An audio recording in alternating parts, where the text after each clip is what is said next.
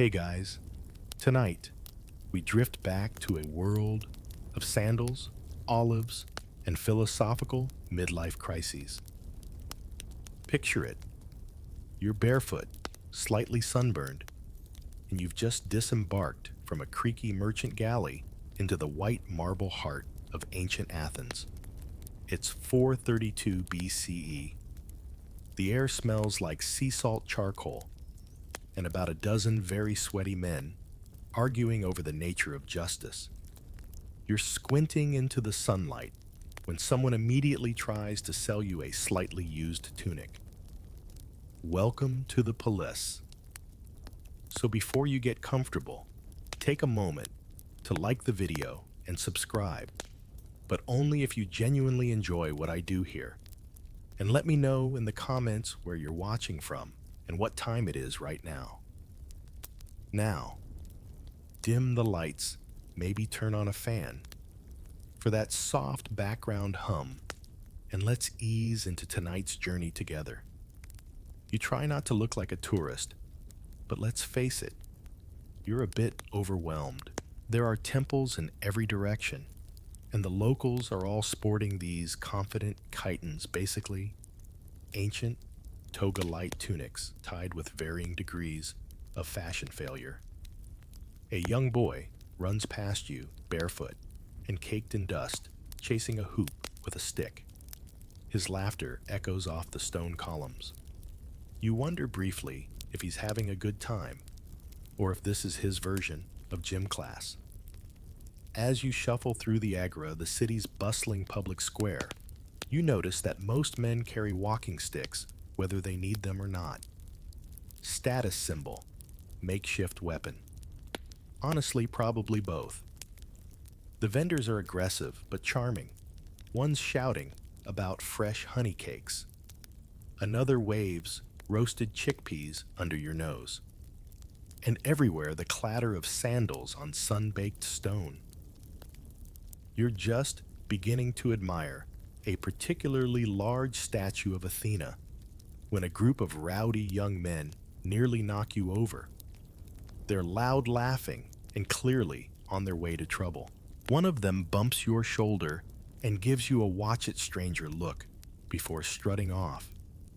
You suddenly remember there's no police force.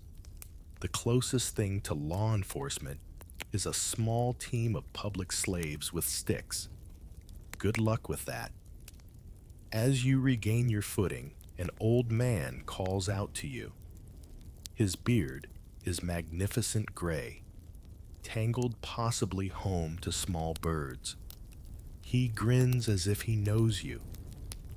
New to Athens, he asks, not waiting for a reply. Don't let the marble fool you. This place eats fools for breakfast. He cackles and walks off. You're unsure whether it was a warning or a welcome. It's late morning now, and the sun is already making you question your life choices. You consider seeking shade, but there's something magnetic about the chaos. You pass by a small school courtyard where a teacher, probably a sophist, is droning on about rhetoric while his students try very hard not to listen. One is carving something into his sandal. Another is asleep, mouth wide open. It's comforting somehow. Teenagers haven't changed in 2,000 years. Near the edge of the agora, you find a modest shrine. A woman is pouring out a small libation of wine, whispering a prayer to Hermes, god of travelers. She meets your gaze briefly and nods, then disappears into the crowd. You feel oddly reassured. Then you spot it, the Acropolis rising above everything, sheer and gleaming in the midday sun. It's so absurdly majestic that it almost doesn't look real. You make a mental note to visit it after your legs stop feeling like soft cheese. For now, you retreat into the shade of a colonnade. While you cool off, a nearby group of citizens are having what appears to be a very intense debate over whether ostracism is fair. Yes, that's right. Ostracism, where you can vote someone out of the city for being annoying.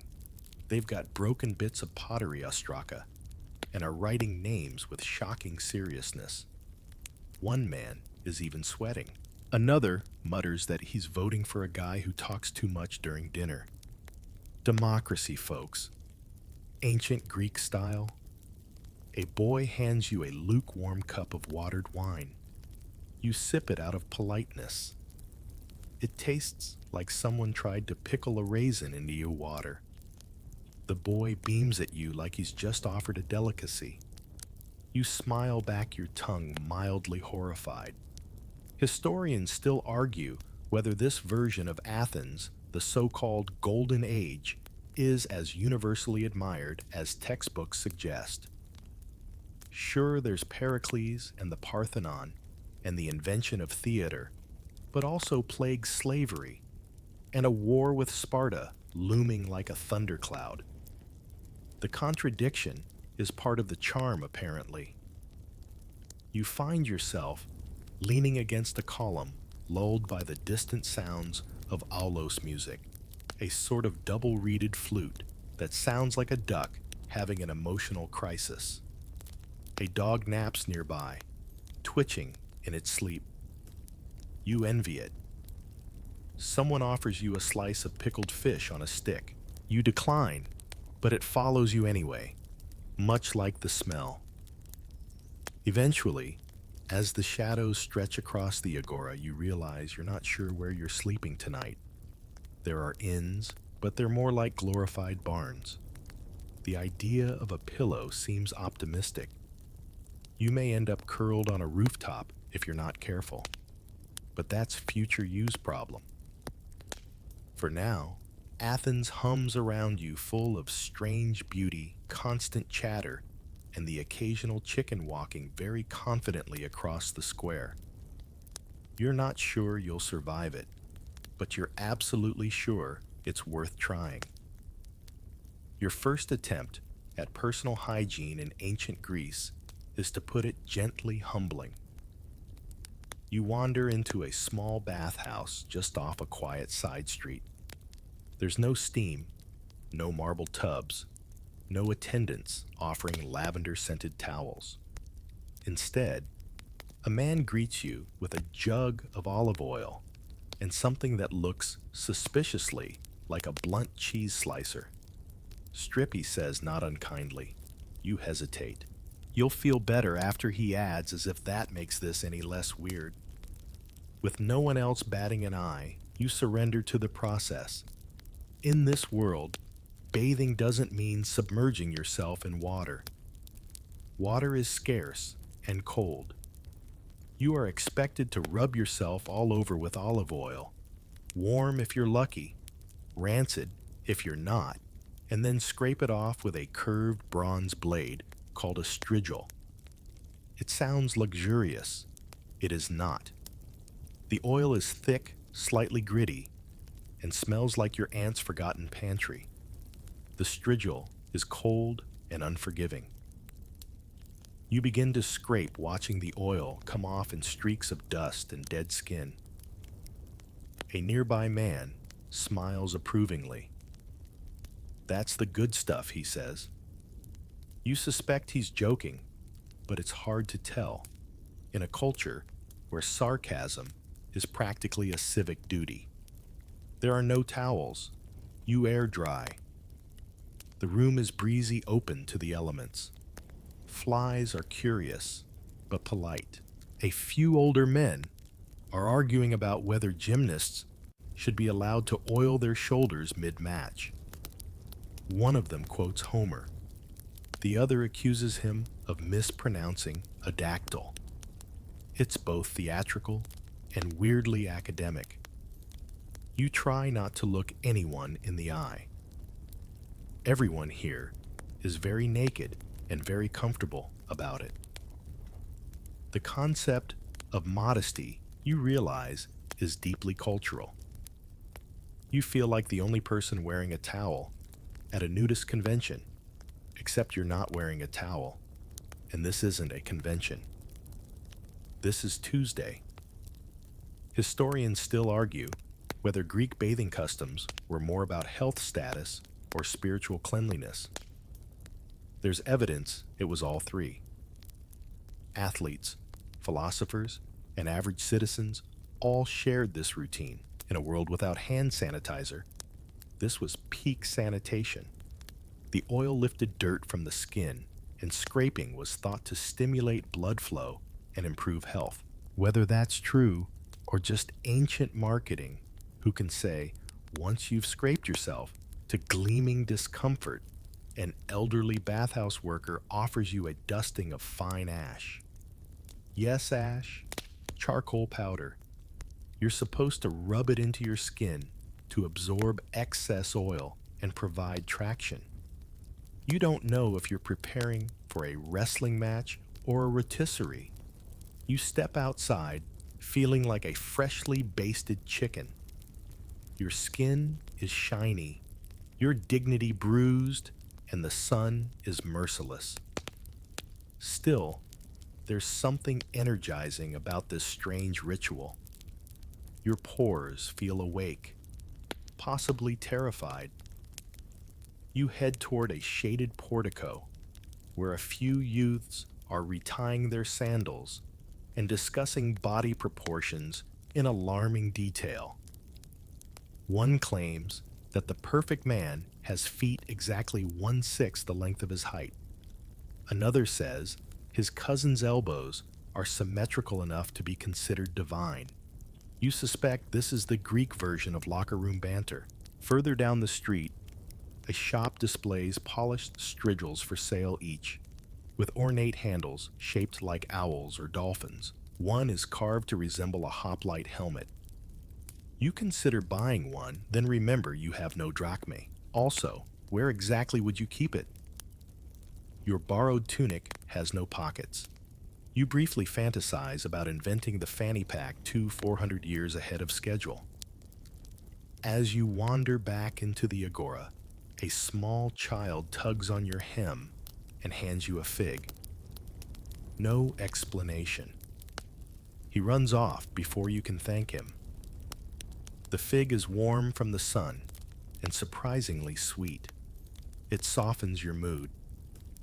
A man selling perfumes waves a vial under your nose, something musky and herbal. He claims it's favored by wrestlers and poets. That's not a pairing you hear every day. You wonder what Socrates smelled like. Probably a mix of time debate and general disappointment. Down another alley, you stumble upon a makeshift barber shop. A man sits on a stool, while his friend carefully scrapes his face with a shard of bronze. No lather, no mirror. Just trust and a steady hand. You watch in fascinated horror until a misstep results in a yelp and some creative swearing. The barber waves him off with a cloth and a handful of cobwebs, apparently the ancient version of a band-aid. You pass a woman scrubbing a doorway with a bundle of herbs tied in string, likely sage or hyssop. She hums a tune that feels older than the stones beneath your feet. She doesn't look up. She doesn't need to. You're just another wanderer covered in oil and dust. You find yourself back near the bathhouse, where someone set up a stall, selling cups of warm goat milk mixed with honey. You hesitate. The vendor nods sagely. Good for the skin, he says. You're unsure if he means drinking it or pouring it on yourself. Either way, you buy a cup. It tastes like optimism and regret. As the sun begins its slow arc downward, casting long shadows across the whitewashed walls, you realize your skin still smells faintly of olives and firewood. You're sticky, slightly itchy, but oddly satisfied. For all its strangeness, the experience has given you something modern life rarely allows: a complete disconnection from everything but your own physicality. You were greasy, Now, you're less greasy. Progress. You make a mental note never to take modern plumbing for granted again. You've barely recovered from your olive oil spa day when someone tugs at your arm and says, "It's time to vote." You blink. Vote. You didn't even register. But here in Athens, direct democracy doesn't ask if you're ready. It simply expects you to show up, preferably on time, and preferably male-free, native-born landowning, and not currently under indictment. You check your reflection in a puddle. You're vaguely eligible. You follow the slow shuffle of men toward the Nix, a stony hill overlooking the city, where citizens gather to shout about important things like naval strategy, corn prices, and whether that guy who stole your sandals should be ostracized. The crowd is vast, a sea of white chitons and dust-caked beards. Some men carry branches to swat away flies. Others just carry opinions. There are no chairs everyone stands or squats. The heat is unforgiving, but no one seems to mind. A few even look excited. You spot one man with his face painted blue, presumably for attention, and another selling wine out of a clay jug. It's 9 a.m. A herald steps forward, clears his throat, and bellows something in a voice that could cut marble. The topic today, grain imports, and whether Athens should cozy up to Egypt or try growing barley on rooftops. You zone out immediately. A goat bleats in the distance. Then comes the lineup of speakers. One by one, men stride up to the bema, a big flat rock that serves as a podium, and deliver long meandering speeches full of metaphors, threats, and heavy reliance on the word glory. It's like Twitter. If every post was 40 minutes long and delivered with passionate hand gestures.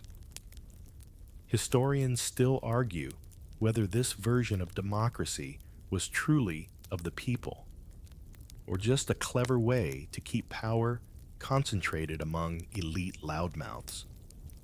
What's undeniable is that Athens took the idea of public debate seriously. Anyone who could shout loud enough could participate. You unfortunately have no idea what they're saying. Your classical Greek is rusty at best. Still, the crowd reacts with nods, grunts, and the occasional heckle. One man throws a fig at a speaker who misquotes Solon. Another shouts, "Go back to Sparta," which is basically the ancient version of unsubscribe. Nearby, a group of older men sit in the shade playing a board game with pebbles. One of them offers you a seat, then laughs when you lose your first 3 pieces. "Democracy's easier when you don't play," he says cryptically, as if quoting something profound or just trying to sound mysterious. Eventually, the vote is called. There are no ballots, no booths, no stickers saying "I participated." Instead, you're handed a small bronze disc. You drop it into an urn that corresponds to your choice. It's oddly satisfying, like feeding a pigeon-sized jukebox. You ask someone if your vote matters. He shrugs. Sometimes. But it feels good, doesn't it? You nod, though you're not sure if it's the civic engagement or the sunstroke. As the assembly breaks up, you overhear a group debating ostracism. Yes, again. It's apparently the city's favorite pastime. If someone's name is written on enough ostraka broken bits of pottery, they get kicked out of Athens for 10 years. No trial, no appeal. Just pack your things and go contemplate life elsewhere. It's public, it's anonymous, and it's strangely therapeutic. Democracy with a petty twist. A man with an ink-stained beard insists that ostracism isn't about punishment, it's about prevention. Remove the threat before he grows too bold, he says, quoting some dead philosopher, like plucking a weed before it flowers. You consider the metaphor and then realize it's been used on actual human beings. Politics here is both participatory and terrifying. You wander away from the crowd, your ears still ringing from shouted rhetoric. A street performer is balancing a jar on his head while singing a hymn to Apollo. A few boys throw coins, a few more throw olives. He keeps singing. You're impressed. In a nearby alley, a woman in a worn tunic is scribbling names onto shards of clay. She notices your curiosity. Pre-orders, she says. Ostracon are in demand today. You don't ask who they're for. You duck into a shaded courtyard where a few citizens are cooling off near a fountain. The water trickles out of a lion-shaped spout and lands in a wide marble basin. A girl balances a jug on her head, then walks off with the confidence of someone who's never spilled a drop. You resist the urge to clap. One man lounging near the fountain offers you a flask of something that smells like pine resin. You sip it out of politeness. It tastes like a tree with trust issues. Retsina, he says proudly, the wine of the future.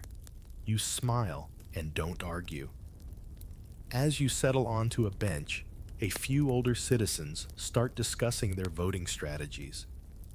One claims he always picks the loudest speaker. Another says he votes for whichever guy quotes Homer the most.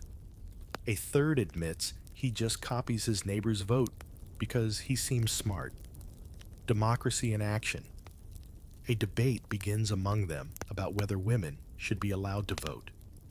This quickly devolves into an argument about whether women should be allowed to leave the house at all. One man insists his wife is smarter than he is. The others nod solemnly and then change the subject. Baby steps. The afternoon sun makes everything feel slow and golden. Someone's roasting chestnuts nearby. The smell reminds you of winter, though there's no snow in sight. You lean back, close your eyes, and wonder how long this version of democracy can last. Spoiler, not forever. Within a century, Athens will be conquered, rebuilt, conquered again, and eventually turned into a nice vacation spot for Roman senators. But for now, you're in the cradle of democracy, basking in the illusion that your vote changed something. By the time your stomach starts making its ancient complaints known, the agora is shifting gears. The politicians are gone. The philosophers are still talking to themselves, and the food vendors have taken center stage.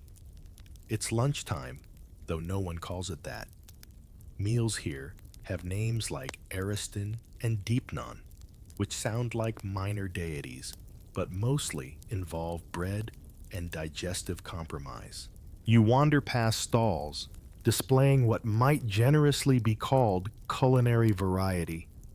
At one corner, a man is selling boiled lentils out of a battered bronze pot.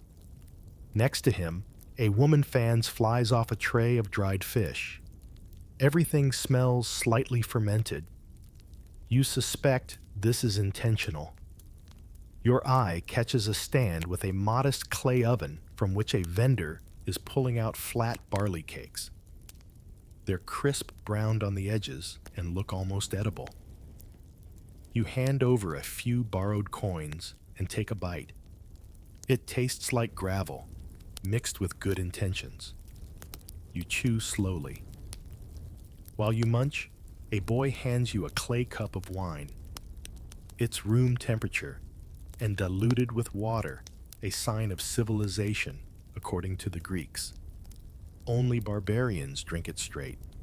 This mixture, however, tastes like someone accidentally bottled disappointment. You sip politely and look appreciative. The boy grins. Ancient Greek dining is simple, functional, and surprisingly philosophical. Food isn't about indulgence. It's about balance between the humors, the gods, and your ability to keep anything down after drinking unfiltered water. The ideal meal, according to the sages, is light, frugal, and ideally consumed while listening to someone recite Hesiod. You briefly consider returning to modern life for a burrito. Nearby, a group of men is gathered around a table tossing what look like knuckle bones. They're gambling for slices of cheese and gossip about a local politician who allegedly bribed the Pythagoreans. A few roasted figs are passed around sticky and warm from the sun. One man dips his in honey and claims it cures melancholy. Another says it causes it. Historians still argue whether figs were food medicine or just a very fancy excuse to talk. You're invited to sit, and someone offers you a pickled olive. It's briny, intense, and older than your travel insurance. They all laugh as you wince. One of them pats your back. First one's always a shock, he says, like marriage. As the midday sun sharpens shadows, the topic turns to dinner. Here, the main meal isn't lunch. It's dipnon eaten after sundown, and usually in a symposium. Don't let the word fool you. A symposium isn't a boring academic lecture.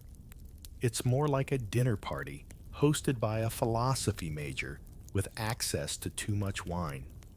But before dinner, there's rest. You're encouraged to nap. Yes, napping is an institution here. You find a shady spot under a fig tree and do your best to pretend you're not lying in an ant colony. The sounds of the city soften hoofbeats, distant lyres.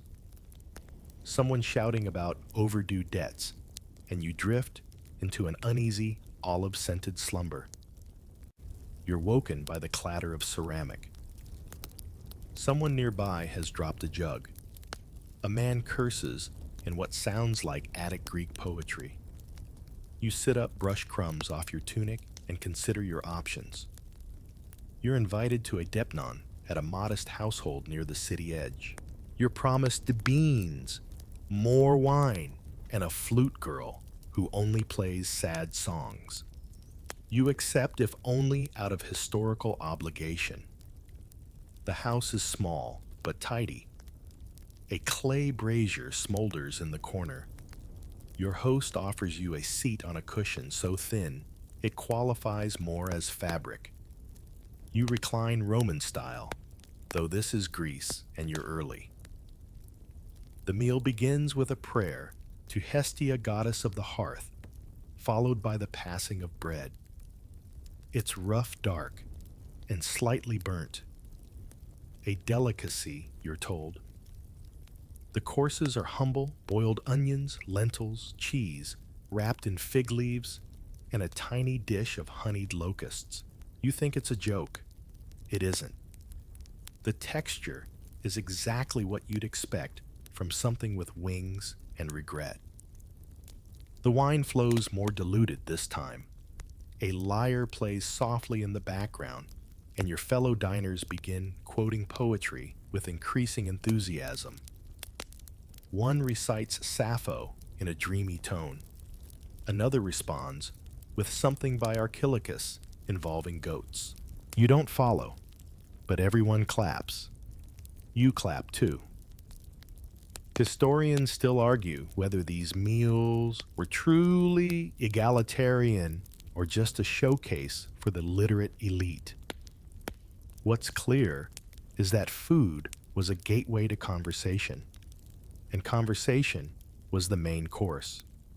It's not about eating, it's about engaging.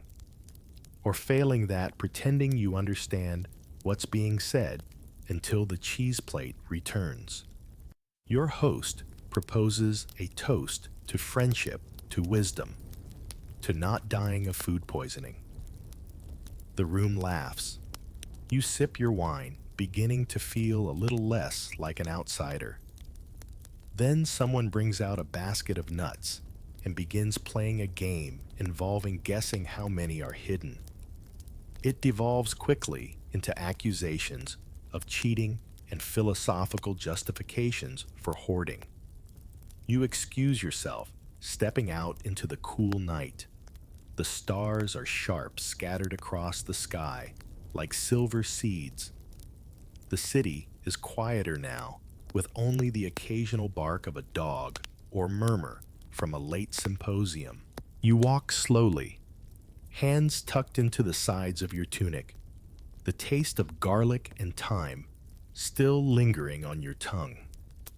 You pass a baker shop where tomorrow's loaves are already being kneaded. The smell is warm, earthy, and hypnotic. A cat eyes you from the shadows, then decides you're not interesting enough to follow. By the time you reach your borrowed sleeping mat, your head is spinning slightly.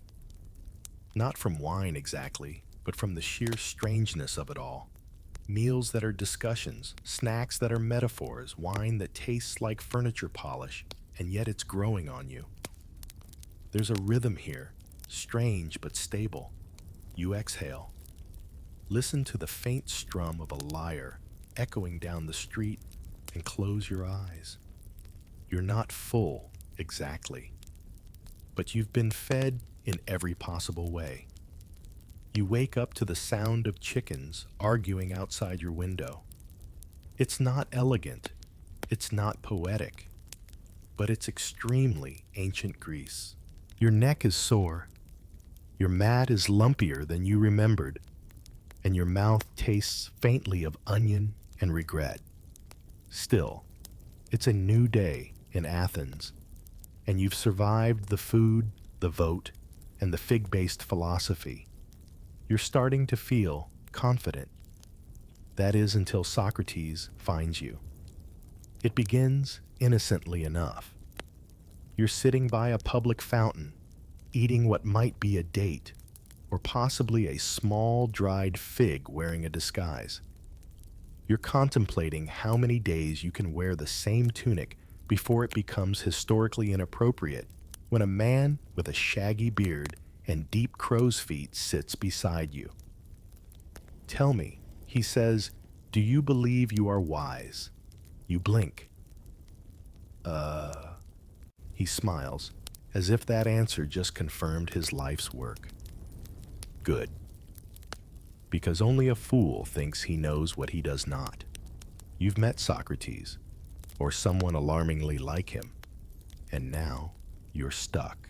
Within minutes, you're neck deep in an impromptu discussion about justice, courage, and whether anyone can truly be virtuous without understanding the essence of virtue. You nod politely, but inside your brain is screaming. Every time you think the conversation is over, he asks another question. It's like being trapped in a polite quiz show with no buzzer and no end. A few people gather around. Some roll their eyes and walk off. Others listen amused, waiting for you to say something foolish. Socrates, it seems, is a well-known public menace in the nicest possible way. Historians still argue whether Socrates was beloved or barely tolerated by his fellow Athenians. What's certain is that he never wrote a single thing down. Everything we know about him comes from the writings of others, especially his student Plato, who made him sound like the world's most persistent dorm room debater. Eventually, he brings up the concept of the good life. He asks what makes life worth living. You offer an answer about friends and roasted lentils. He squints, clearly unimpressed. And if your friend betrays you, he counters, and the lentils are burnt, you're tempted to say, then I order delivery, but you doubt he'll get the joke. You try instead to pivot the conversation toward the weather. Isn't it a fine day, you say? Define fine. He replies, deadly serious. You fake a coughing fit. It buys you 20 seconds, during which he outlines a 5-point rebuttal of why simulated illness does not absolve philosophical responsibility. You nod and excuse yourself, claiming you must fetch water for an elderly cousin. Socrates smiles again. Very well. But remember, an unexamined life is like stale bread you finish. He pauses. Then he laughs. You'll do fine, he says, and walks off to find his next unsuspecting victim. You're left exhausted, mildly enlightened, and somehow thirstier than before. You dip your hands into the fountain and splash your face. A young woman nearby smirks. First time she asks. First Socratic ambush, you nod. Yes. She tosses you a plum. You'll get used to it. The rest of the day is quieter, but the philosophical hangover lingers. Everywhere you go, someone is quoting something. A merchant references Pythagoras while measuring out wool. A child recites lines from Euripides to get out of trouble. Even a donkey brays in a way that feels vaguely rhetorical. At one street corner, you pass a school in session. Not a classroom exactly, just a shaded colonnade where a tutor drones on about ethics while his pupils doodle geometric shapes in the dirt. One student is clearly asleep, drooling into his scroll. Another is balancing a turtle on his head. The tutor doesn't seem to notice. Education in Athens is less about memorizing facts and more about cultivating virtue. Boys are taught gymnastics, music, philosophy, and a bit of math if they're lucky. Girls mostly how to weave and avoid being noticed. This is regrettably not a co-ed utopia. A man with ink-stained fingers offers you a scrap of parchment. It's a fragment of poetry, something about shadows and love. You ask him who wrote it. He shrugs. Someone with feelings, he says. Then he hands you another, this one, a price list for goat cheese. You're learning in Athens, everything comes with a scroll. As the afternoon sun tilts westward, you find yourself drawn to a small crowd gathered around a platform. A man in a bright red himation is performing excerpts from Aristophanes. It's a satire full of jokes about flatulence and politics. The audience howls. A baby laughs without understanding. You do your best to follow along. One joke involves a god disguised as a sausage seller. Another compares a bad speech to a constipated oracle. It's crass clever and oddly comforting. You're beginning to understand something crucial. The Athenian love of language isn't just about being clever, it's about survival.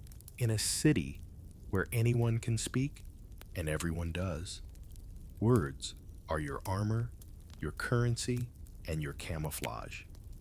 Historians still debate whether this golden age of rhetoric empowered the people or just confused them into compliance. But standing here, surrounded by laughter, fig vendors, and amateur poets, you suspect the truth is somewhere in between. The sun dips lower. You walk past a scribe copying a law code by candlelight. Nearby, a boy recites a passage from Homer about honor and wounds that never heal. He trips over a word. His tutor corrects him gently, then misquotes the next line himself. No one minds. You buy another barley cake, this one slightly less burnt, and sit near a cluster of elderly men, arguing about whether a true philosopher can also be rich. One says yes, one says no one says he was once rich, but forgot where he put the money. They toast with vinegar wine and laugh until they cough. As night falls, you find your way back to your sleeping mat, your brain buzzing with half-formed ideas about truth, virtue, and why olive oil is on everything. You lie down, tuck your arms under your head, and gaze at the stars. Somewhere out there, you imagine Socrates is still asking questions. You mutter into the night, "I think, therefore, I need a nap." No one hears. Except maybe the chickens. If you thought scraping olive oil off your skin was the weirdest part of your ancient Greek health regimen, think again. Today, you've been invited, or rather politely peer pressured, into visiting the local gymnasium, not the kind with treadmills and mood lighting. No, this is a wide, sun-drenched courtyard filled with naked men doing lunges quoting Homer and slapping each other's backs like philosophical linebackers. You arrive mid-morning, wearing your tunic, which immediately makes you overdressed. A stern man at the gate, clearly the gymnasiarch, raises one eyebrow and says, "Lose the fabric." There is no negotiation. You're handed a small jar of olive oil and pointed toward a bench. Yes, more oil. You strip down and begin the now familiar ritual of smearing the viscous stuff across your limbs while watching others do the same. A wiry youth next to you applies his with all the intensity of a man varnishing a chariot. Another pats down his chest with fine sand, apparently to add grip for wrestling. You do the same, unsure whether you're training or marinating. The gymnasium is more than just a place to flex. It's the social nucleus of the polis, a training ground for both body and mind. Young men are expected to attend regularly, not just to run and wrestle, but to recite poetry, learn music, and study philosophy. Education here is a full-body workout in the most literal and least comfortable way. You stretch awkwardly, while nearby a trio of older men are locked in what can only be described as an oily, dusty embrace. Wrestling is a favorite pastime, governed by strict rules and performed with the kind of intensity usually reserved for family arguments or tax audits. You're invited to join. You decline. Someone throws you a smile and a small fig as consolation. Historians still argue whether the gymnasium was primarily about physical excellence or a clever excuse for social bonding among the elite. What's clear is that status here is earned in equal parts by sweat intellect and how well you can quote Pindar while squatting. You attempt a light jog around the perimeter. Your feet slap the packed dirt with all the grace of an upturned tortoise. Children giggle. A trainer calls out a correction to your posture, something about your knees pointing toward Sparta. You attempt to look dignified. You fail. At the center of the gymnasium, a group is engaged in pancration, a brutal combination of boxing and wrestling with almost no rules. Two men circle each other, then collide with the force of gods in a tavern brawl. Limbs twist dust flies, and you're pretty sure someone's tooth just hit the ground. Spectators cheer. A man offers to teach you the basics. You politely fake an urgent errand and back away. You find refuge near the shade of a colonnade where a philosopher in a wine-colored robe is lecturing about the harmony of muscles and the soul. His students nod solemnly, though one is clearly asleep against a pillar. You listen just long enough to hear the phrase, calves, as moral instruments, then excuse yourself to splash water on your face. Public fountains provide the only relief from the relentless sun. You rinse off the sweat and a good portion of the oil, though you're still glistening like a well-basted festival goose. A friendly youth offers you a towel made from coarse linen. It feels like drying off with sandpaper, but you thank him anyway. As midday approaches, the gymnasium shifts into lecture mode. A famed sophist has arrived, trailing a small crowd. He carries no scrolls, only questions, and begins a spirited discussion about whether the strength of one's body influences the clarity of one's speech. A heated debate ensues. You contribute a single sentence, something about foot cramps affecting moral reasoning. They nod. You are now somehow a minor authority. Lunch is brought in small cakes made from sesame and honey and bowls of boiled chickpeas drizzled with vinegar. You eat under a fig tree, watching as birds argue over crumbs, and a stray dog tries to steal someone's sandal. The dog wins. You spot a man painting a statue with red ochre. Even our gods get a workout, he says with a wink. Indeed, most divine sculptures here look like they just walked out of a protein shake. Commercial, rippling muscles. Ideal proportions, permanent smirks. You wonder if the gods feel pressure to stay fit. Probably not. Immortality has its perks. Afternoon brings more games, javelin discus, and running sprints barefoot across uneven ground. You try the discus. It wobbles like a ceramic plate in a windstorm and lands unceremoniously in a bush. A child claps more out of pity than praise. You bow gracious in defeat. A musician arrives and begins plucking at a lyre. Athletes cool down with slow, deliberate stretches. The music blends with the low hum of conversation, the chirping cicadas, and the occasional philosophical argument about whether muscles remember past lives. Historians still debate whether this emphasis on the athletic male form was simply aesthetic or part of a deeper cultural obsession with irate excellence in all things. Whatever the reason, fitness in Athens isn't about looking good for summer. It's about embodying virtue, and occasionally about one-upping your cousin at family reunions. As the sun begins to dip, shadows stretch long across the training field. The gymnasium quiets. Oiled limbs gleam in the amber light as students head off to bathe or join evening meals. You gather your borrowed tunic, now dusty and faintly garlic-scented, and prepare to leave. Before you go, a young man stops you. "You wrestle tomorrow," he asks. His smile is earnest.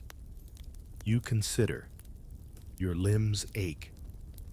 Your pride is bruised, and your elbow has sand in places that shouldn't have sand. But something in you, the part now slightly sunburned and slightly inspired, says maybe. Maybe you reply. You walk home through streets, still humming with post-gymnasium energy. Market stalls glow in the soft dusk. Somewhere, someone is shouting about figs again. You're sore tired and smell like philosophical salad dressing, but oddly, you feel good. Alive. Like you've touched something ancient and real.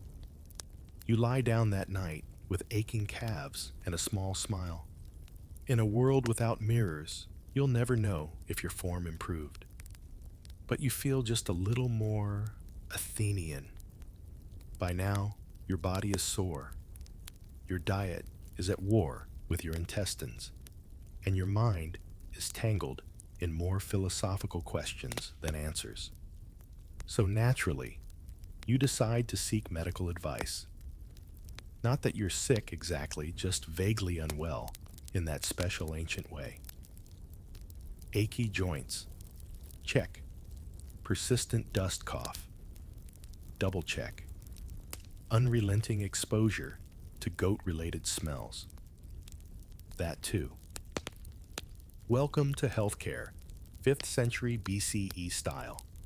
You start at the Asclepieion, a healing sanctuary dedicated to Asclepius, the god of medicine.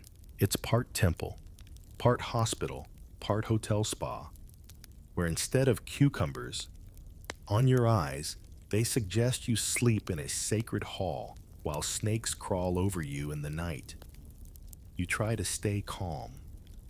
The physician on duty looks serious and smells like resin.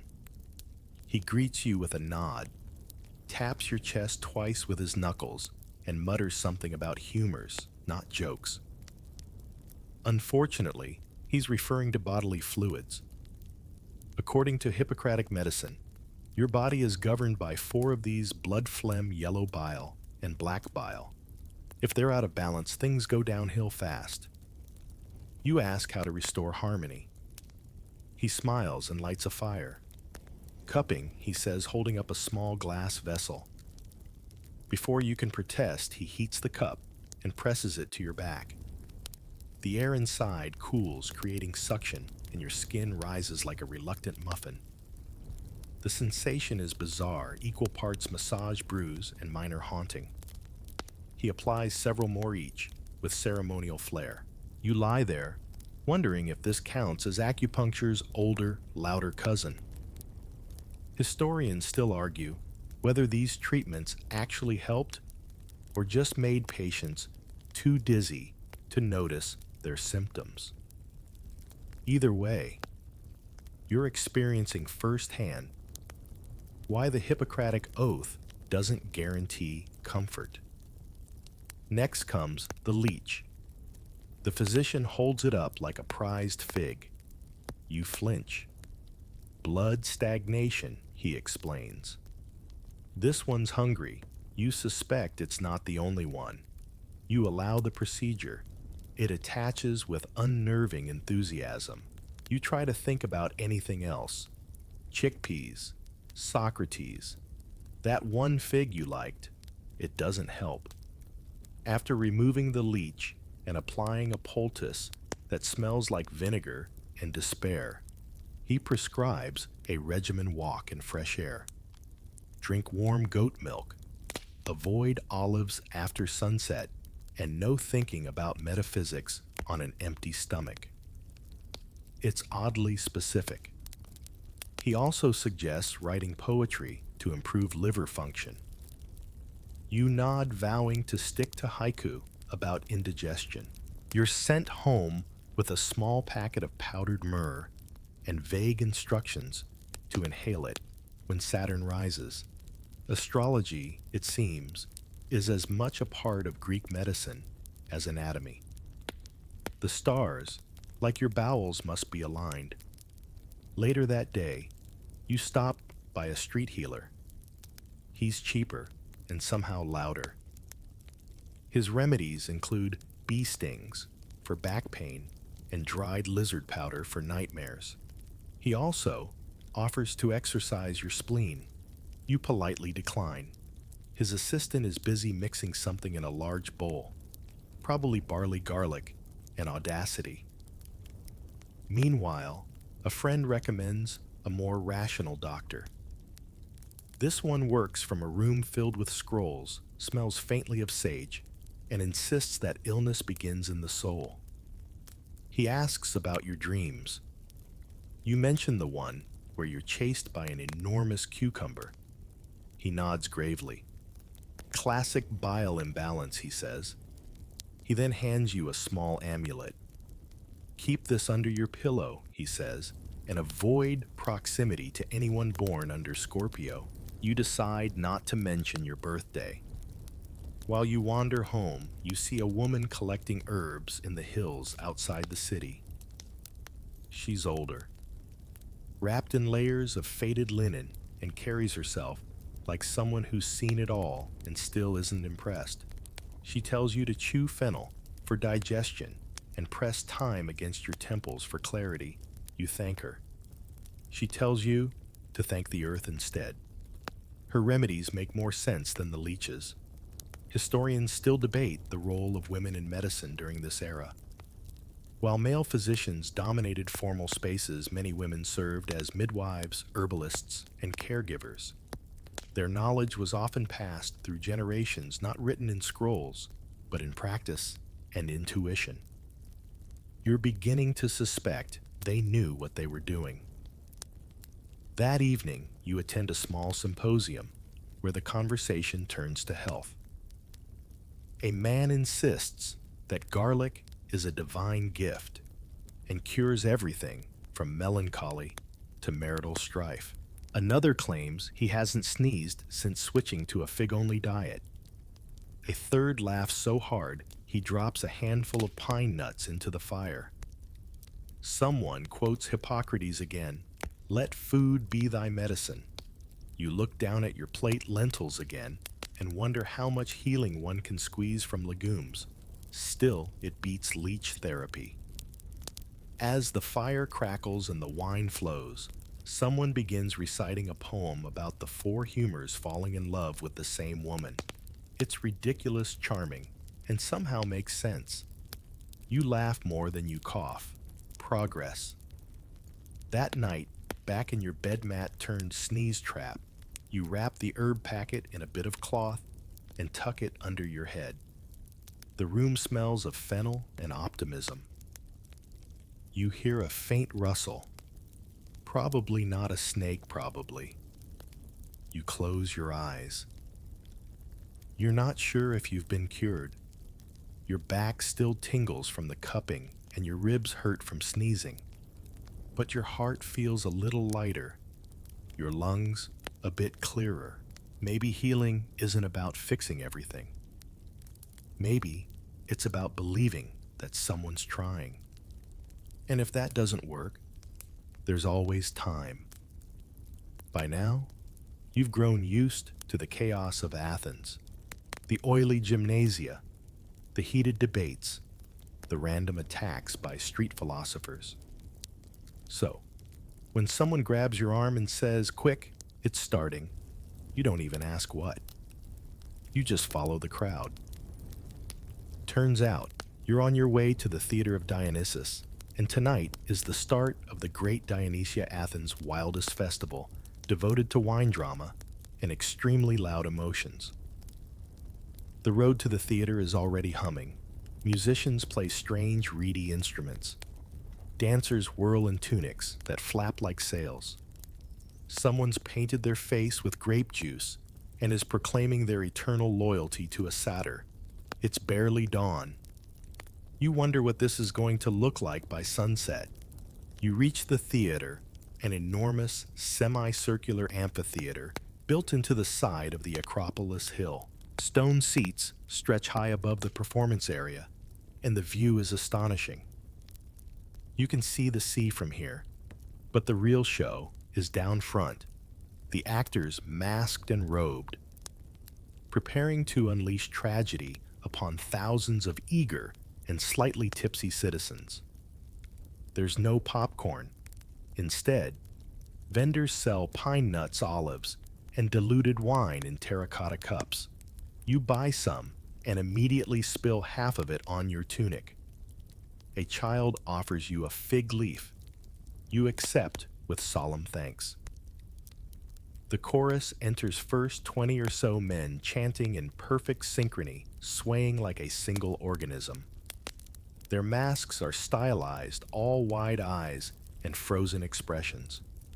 They stomp, they sing, they narrate. It's both hypnotic and slightly unsettling, like being serenaded by an army of haunted statues. Then the actors arrive. The play is a tragedy, obviously. It opens with a king declaring peace, quickly followed by war betrayal. The gods being petty and someone stabbing someone else. metaphorically or literally off stage. Greek theater doesn't show violence directly. It's all told through words, masks, and the thunderous reaction of the chorus. You lean forward, mesmerized. Historians still argue whether Greek drama was purely entertainment or a form of civic therapy.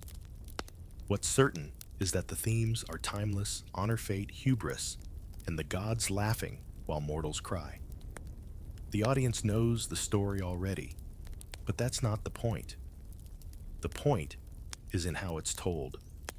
It's ritual and revelation in one. The man beside you sobs openly when a character curses the gods for killing his son. You don't understand every line, but the emotion hits you anyway. You feel your own throat tighten. Behind you, someone is muttering the lines along with the chorus. To your left, a group of teenagers are dramatically reenacting their favorite deaths in whispers. By the second play of the day, yes, there are three, you're emotionally drained, but culturally invested. This one's a comedy, supposedly, but the jokes are sharp and strange. A character in a fat suit mocks politicians by name. Another pretends to be a god by wearing a bronze bucket on his head. The crowd roars. Satire apparently hasn't changed much in 2,000 years. A man leans over and explains the political references. One jab is about a general who overspent on shields. Another mocks a man who tried to marry his sister by faking a Delphic prophecy. Typical, he snorts. Athens. At midday, the festival pauses. You stretch your legs, rubbing your sore backside. The stone seats are merciless, and you now understand why everyone brings cushions. You shuffle off to find shade bumping elbows with a group of dithyramb singers warming up for a choral contest. They sound like a flock of tuneful geese. You pass a priest pouring a libation to Dionysus, a small splash of wine onto the ground. The god of wine in theater, Dionysus, is depicted as beautiful drunk and often followed by satyrs. His worship is wild and ecstatic. This entire event is meant to honor him. You raise your cup slightly in salute. Somewhere a goat bleats, possibly symbolic. After a modest lunch of lentil stew and something pickled, you're trying not to identify. The final play begins. It's a satyr play. Basically, the post-credits comedy skit of ancient tragedy. The actors wear furry loincloths, fake tails, and exaggerated phalluses. There is dancing, there is shouting, there is more slapstick than you thought possible in a story about stolen sacred fire. At one point, a satyr tries to seduce a statue. Another tries to milk a fake cow. The crowd is beside itself. Children shriek with laughter. Elders chuckle knowingly. You sit there stunned, realizing that ancient Greece could outweird the modern internet any day. Historians still debate whether satyr plays were acts of joyful subversion or carefully controlled chaos. Either way, they serve as a necessary pressure release after hours of emotional wreckage. You can't cry about fate forever. Eventually, someone has to slip on a wine jug. The festival ends with cheers, scattered applause, and one man shouting that this year's tragedies lacked nuance. Another counters that nothing tops last year's epic about the angry god who turned a general into a goat. That was art, he cries. That was literal transformation. You slowly exit the theater, with the crowd swept along in a tide of conversation and emotional whiplash. The streets are still buzzing. A group of performers in half costume dance their way to the agora. A woman spins her mask tilted skyward laughing, as if possessed by the very spirit of Dionysus himself. You duck into a side street and sit on a step, letting it all wash over you. The poetry, the absurdity, the rawness. There's something ancient and unfiltered in the air. These plays aren't just stories, they're mirrors. And today, you've seen more versions of humanity than a week's worth of dreams. You think about the chorus chanting about the cruelty of the gods and the stubbornness of man. You think about the actor who delivered a monologue so intense a baby in the back row stopped crying. You think about that satyr who fell face first into a basket of grapes.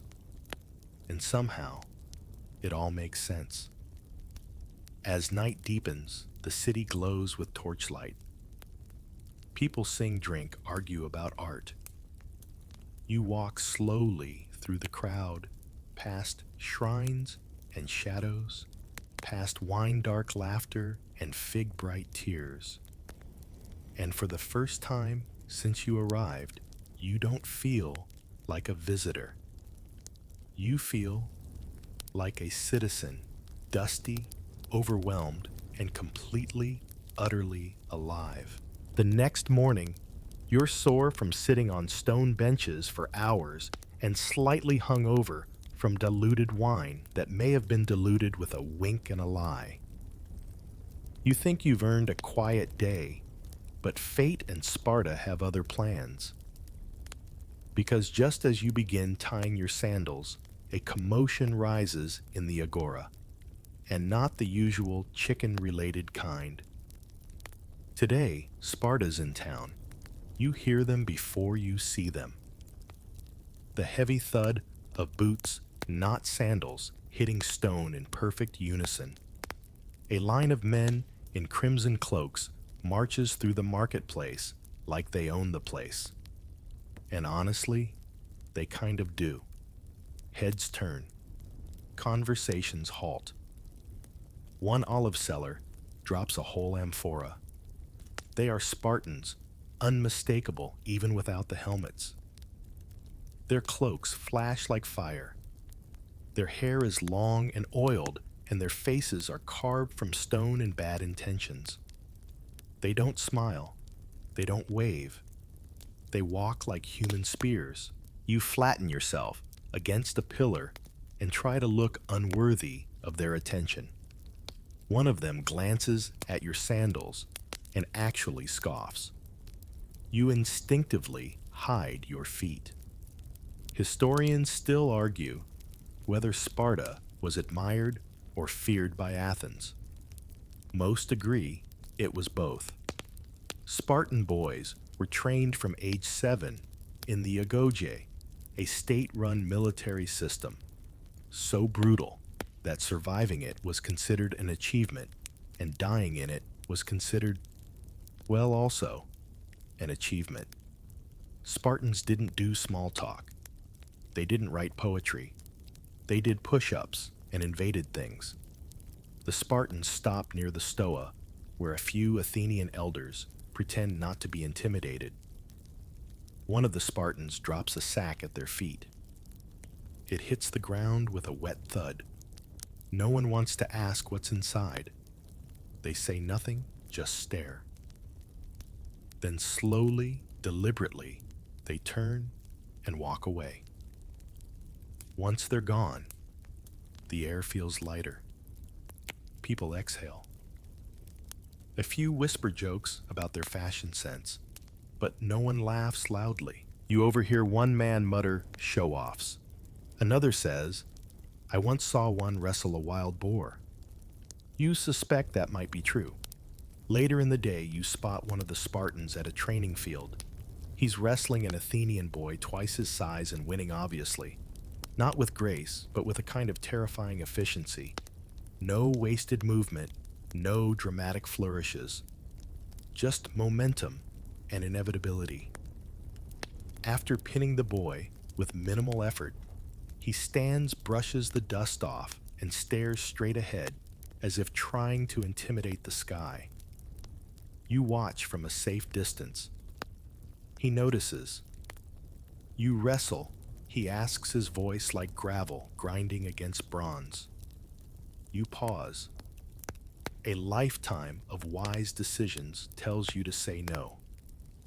But you, emboldened by olive oil and theatrical exposure to hubris, say, a little. He nods once and gestures to the field. The match is short. You're not entirely sure what happens. One moment you're standing. The next, you're flat on your back. The sky spinning, your dignity leaking from your ears. The Spartan helps you up. His version of a compliment. You didn't scream. You limp away, dragging your pride like a broken sandal. People clap. Whether it's for your bravery or your comedic form is unclear. Spartan visitors are rare but always dramatic. They come for diplomacy threats or athletic showdowns, occasionally all three. They don't mingle. They don't shop. They don't enjoy the finer things. At one point, you see a Spartan sniff a pot of perfume and scowl like it insulted his grandmother. Still, there's respect. Even the most cynical Athenian admits, if you needed someone to hold the last line in a battle, you'd want a Spartan. Preferably two, in case the first gets bored. That evening, a symposium host invites you to a gathering celebrating Greek unity code for "Please don't invade us." A few Spartans are present, standing in a tight cluster, like statues judging everyone else. One finally speaks when offered wine. It's weak, he says, but warm, high praise. The conversation turns to war, as it always does. An Athenian begins reciting a stirring tale of Marathon, where hoplites stood firm against Persian cavalry. A Spartan interrupts. We use fewer words. The table chuckles nervously. You learn that Spartans train to speak in laconic phrases, brief, pointed, sometimes sharp enough to wound. An Athenian asks how many Spartans it takes to defeat a battalion. The Spartan replies, 1. The rest are for company. Historians still debate whether this persona was cultivated or just a natural byproduct of military obsession. But the image of Sparta lean, mean, and allergic to nuance has persisted for millennia. Before leaving the party, the Spartan turns to you. Athens teaches the mind, he says. We train the body. Both decay. You nod, unsure if it's a compliment, a warning, or a philosophical riddle. He walks out without another word. The next morning, they're gone. No fanfare. No farewell. Just a line of footprints in the dust, a few empty cups, and a lingering sense that a storm passed through wearing a red cloak and a frown. Life in Athens resumes. Merchants shout again. Children chase hoops. Socrates traps someone else into a discussion about virtue. But there's a new tension in the air, like everyone's pretending everything's fine while quietly oiling their shields. You rub your shoulder, still sore from the Spartan takedown. You wonder if they dream like other people, if they ever laugh, if they ever cry. Then again, maybe not. Maybe being Spartan means waking up every day ready to fight and going to bed hoping you were worthy. That night, you sleep deeply exhausted from spectacle and bruises. You dream of spears and sandals, of short phrases and long silences. And just before waking, you hear one voice say, "Nice try." Evening has softened the city into something almost gentle. The sun hangs low behind the hills, casting bronze shadows across marble streets. Smoke from hearths curls into the air, and the scent of roasting lamb blends with pine resin and lavender. You've just settled into the comfort of near exhaustion when a voice calls out, "They're meeting by the river tonight." You hesitate. Every instinct says go to bed. But curiosity, which has not once served you well this week, pushes you toward the Ilissos.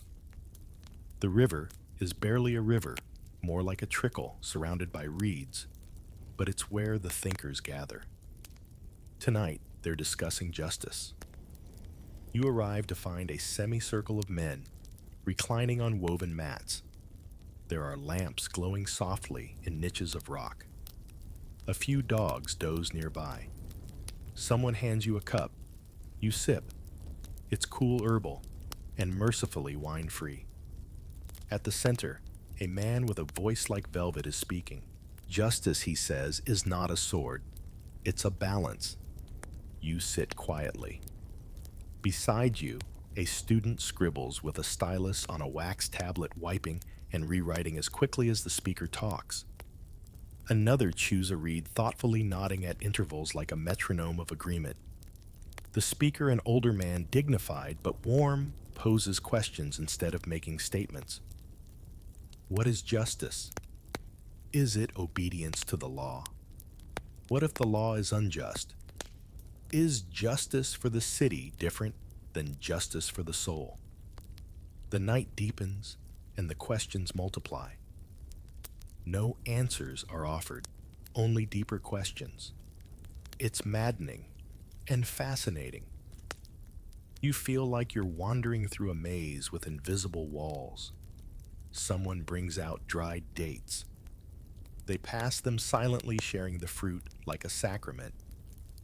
The sweet, sticky taste clashes oddly with the sharpness of the conversation. The contrast feels appropriate.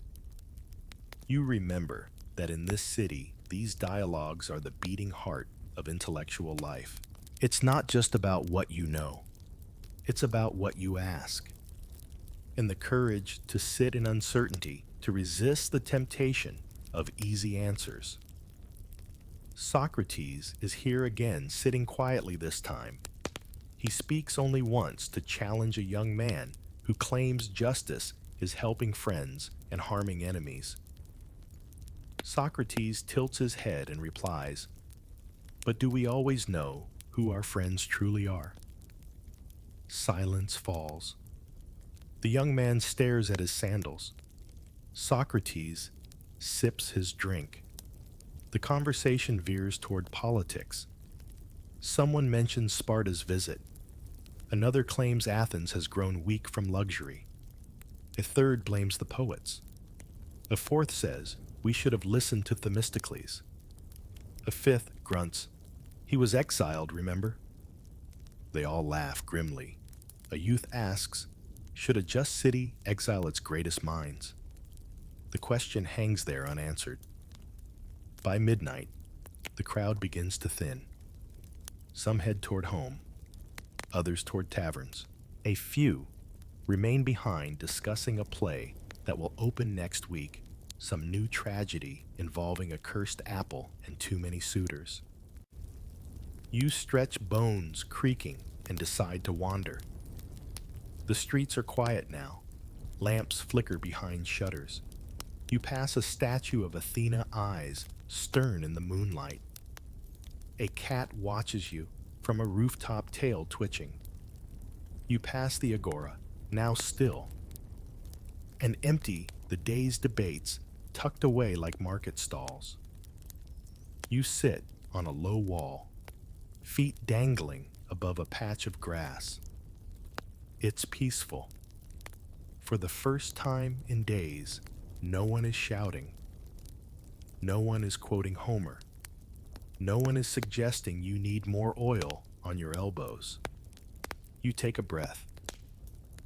You think about what you've seen, the debates, the tragedies, the dust-covered gymnasts, the masked actors channeling gods and ghosts. You think about the taste of barley, the feel of sun on your shoulders, the rhythm of sandals on stone. You think about what it means to survive in this world, not just physically, but philosophically.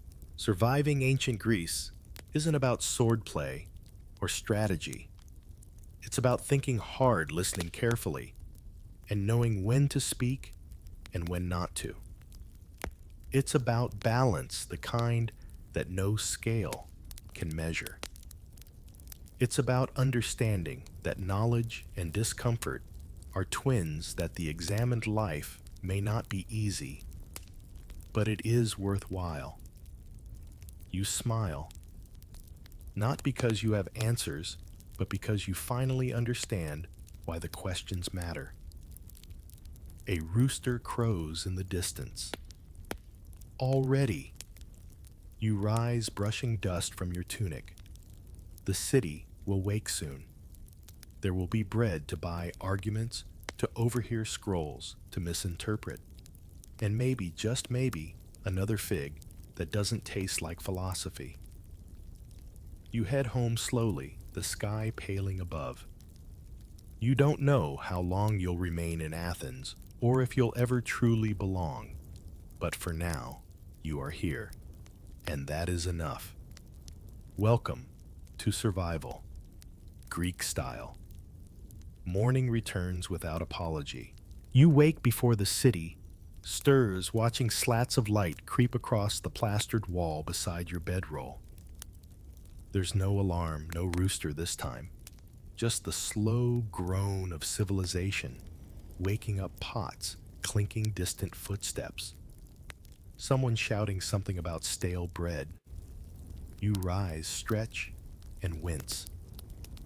Every muscle aches from yesterday's wrestling attempt, from stone seats at the theater, and from sleeping on a surface roughly as forgiving as Mount Olympus itself. Your host, a lean man named Nicandros, with a beard that stores secrets, offers you a cup of warm goat milk and some bread, hard enough to qualify as weaponry. You accept both with gratitude and attempt not to chip a tooth. He sits beside you and points to a ceramic shard on the table. It's an ostracon, scratched with a name. Big vote today, he mutters. Ostracism.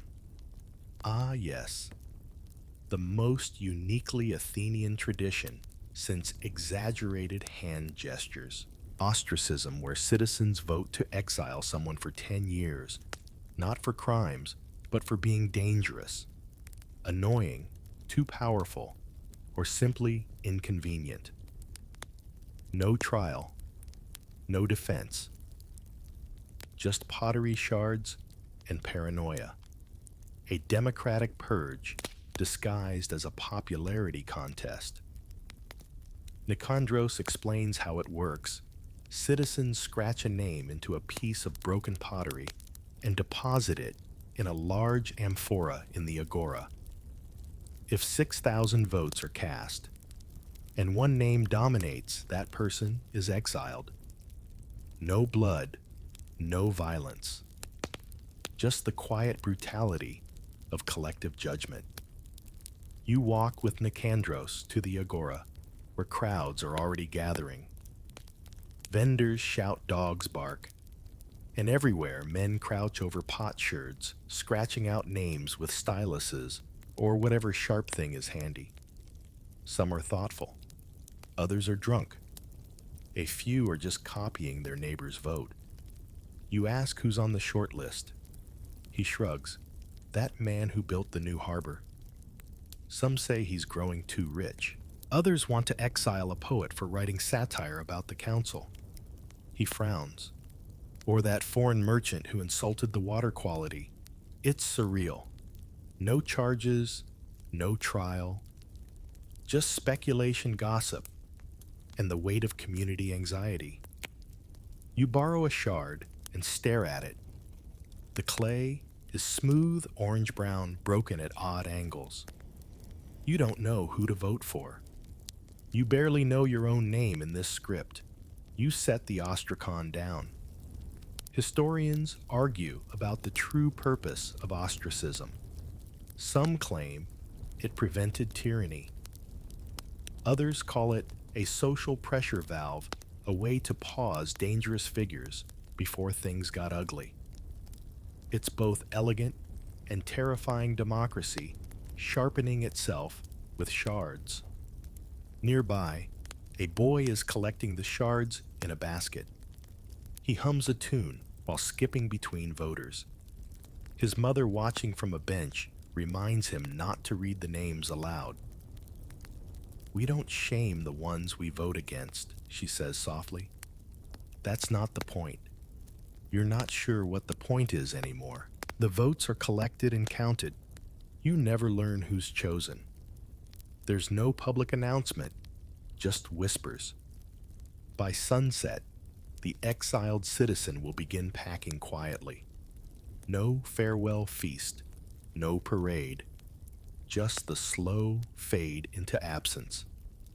You wonder how it feels knowing your neighbors collectively decided to delete you for a decade, knowing you might deserve it or not. Later, as the crowd disperses, you wander through the quieting streets. Athens pulses with contradictions. It is philosophical and petty noble and chaotic. It builds temples with one hand and scratches names of exile with the other. And yet somehow it endures. You pass a house with wind chimes made of shells and copper. A girl sits outside carving something into wax with a stick. You ask what it is. "A poem," she says, "about silence." You nod and keep walking.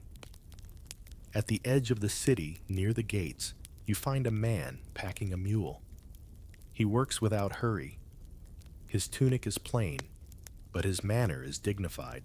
You realize this must be one of the ostracized leaving, because the pottery said so. You nod a quiet greeting. He returns it without resentment. 10 years, he says. Time enough to learn a new language. He mounts the mule and rides off without fanfare. You watch until he disappears behind a row of olive trees. You return to the agora, now half empty. The air feels thinner, as if part of the city has been peeled away. You sit on a bench near the fountain. An old man nearby tosses pebbles into the water. He doesn't speak. You don't either.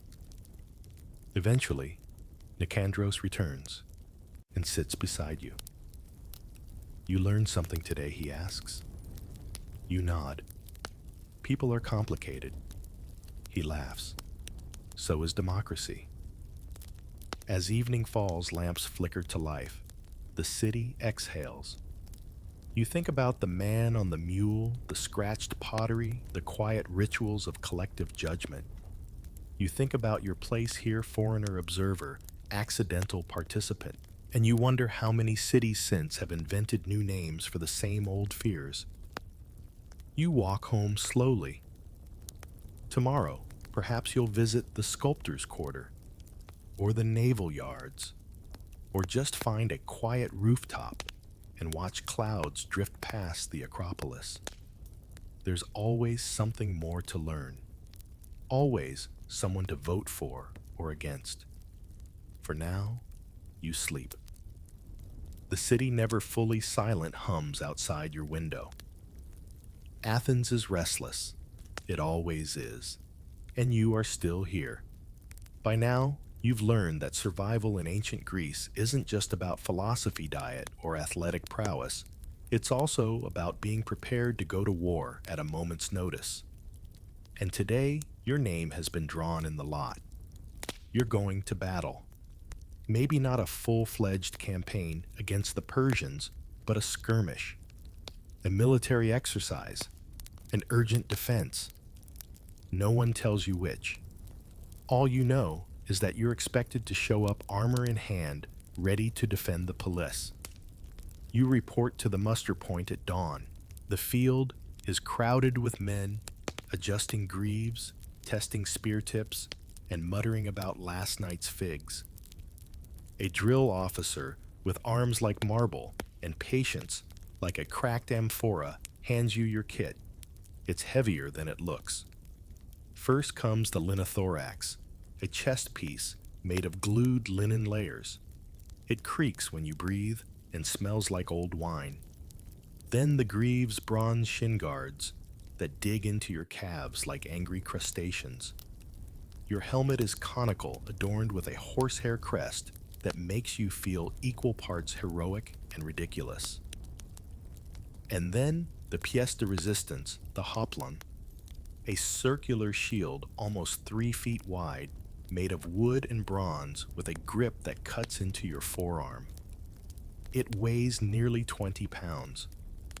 You struggle to lift it, let alone march with it. The drill officer gives you a sympathetic look and walks away. You're assigned to a phalanx, an armored human wall, where survival depends entirely on teamwork, coordination, and not falling over. Your position, the left end of the line, the most vulnerable spot. Of course, your fellow soldiers are a mix of citizens, farmers, craftsmen, and one man who insists he's actually a poet, but got volunteered because of a mistaken address. You bond instantly. He calls himself Timon and has brought a scroll in case there's time to write between formations. The officers bark orders. You align your shield edge to edge with your neighbor's. Your spear points forward, the sun glinting off its tip. The man beside you has already begun humming a war chant. It sounds like a funeral dirge. Suddenly, the horn blows. The phalanx moves. Marching is harder than it looks. With your vision limited by your helmet, your arm burning from the weight of your shield, and the constant threat of stepping on someone's sandal, it's like participating in a slow-motion dance designed by a sadist. Dust rises. Throats tighten. You march forward into a practice field filled with straw dummies, shield targets, and the unmistakable tension of real fear. Then comes the command charge. The formation surges forward, a collective roar rising. You run, legs churning, heart pounding, your spear extended. The first impact rattles your teeth. Your shield slams into a dummy. You thrust, parry, recover. The officer shouts again. You pivot, form up, and repeat, again and again, until your arm feels like molten bronze and your breath is smoke. In the midst of the chaos, Timon recites a poem between gasps. Valor, he wheezes, is standing still when your knees beg you to flee. You mutter that valor must be deaf. Eventually, the horn sounds retreat. You collapse on the grass, sweating, panting, possibly dying. The officer walks past, nods once, and mutters, "Not bad for a poet's cousin." Lunch is olives, bread, and water that tastes suspiciously like yesterday. You sit in the shade, muscles trembling, watching as the officers critique the formation. They point to gaps, to hesitations, to one poor soul who dropped his spear and shouted, "No thank you." Historians still debate the effectiveness of the phalanx. Some say it was a brilliant military innovation. Others say it only worked because everyone agreed to pretend it did. What's clear is that the experience is less about fighting and more about endurance, mental, physical, emotional. The afternoon brings archery drills. You are handed a bow and a handful of arrows. Your first shot misses the target entirely and lodges in a tree. Your second bounces off a helmet. You're asked gently not to continue. Then come sling drills. A shepherd teaches you how to hurl a stone with enough force to knock out a goat. You hit your own sandal, twice. By late afternoon, the training shifts to naval maneuvers. You're sent to a long dock where a trireme, a sleek warship powered by oars, is moored. The idea is to practice boarding and disembarking. You stumble twice, nearly fall into the water, and are handed a mop. Not for punishment, just because someone always has to clean. Inside the trireme, you glimpse what naval life must be like, cramped, hot, rhythmic. Rowers sit on benches, hands blistered, faces grim. The captain yells in bursts. You're told these ships can reach surprising speeds in calm waters. You're also told not to ask how many crewmen can swim. Back on land, you are dismissed. The poet offers you a piece of cheese and a line from Hesiod. The best man is he who foresees war, but delays it with wisdom. You nod, too tired to reply. You return to your quarters at dusk, limping, sunburned, and slightly more bronze than before. Your hands are raw, your feet ache, your shoulders bear the imprint of your shield like a memory you'll carry for days. As you lay on your mat that night, staring at the cracked ceiling, you realize something essential. War in ancient Greece wasn't constant, but it was expected. Every citizen was a soldier in waiting. Peace was a pause, not a state, and training wasn't preparation. It was survival rehearsed. You close your eyes. Sleep drags you under like a slow tide.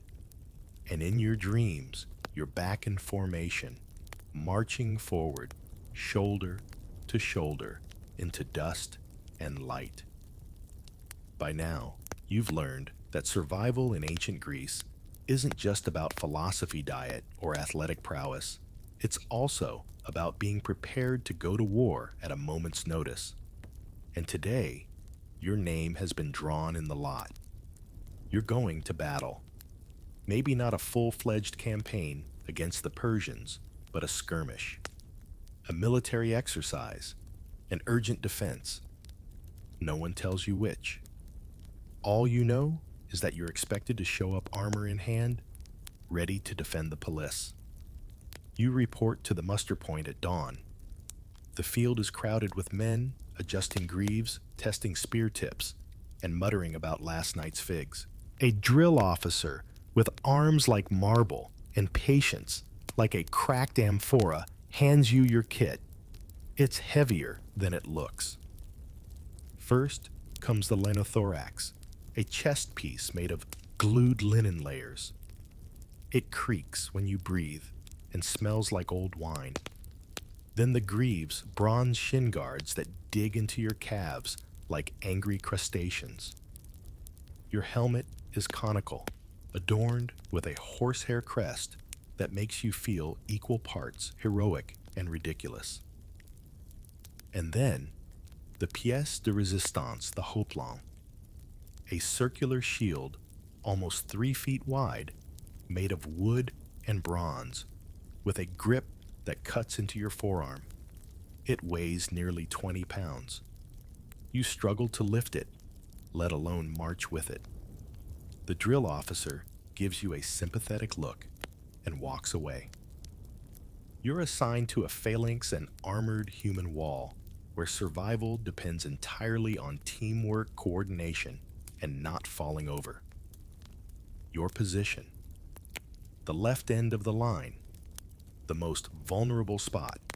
Of course, your fellow soldiers are a mix of citizens, farmers, craftsmen, and one man who insists he's actually a poet, but got volunteered because of a mistaken address. You bond instantly. He calls himself Timon and has brought a scroll in case there's time to write between formations. The officers bark orders. You align your shield edge to edge with your neighbor's.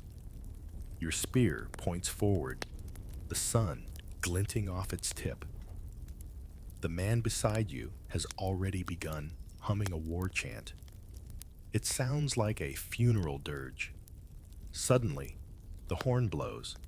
The phalanx moves. Marching is harder than it looks. With your vision limited by your helmet, your arm burning from the weight of your shield, and the constant threat of stepping on someone's sandal. It's like participating in a slow-motion dance designed by a sadist. Dust rises. Throats tighten. You march forward into a practice field filled with straw dummies, shield targets, and the unmistakable tension of real fear.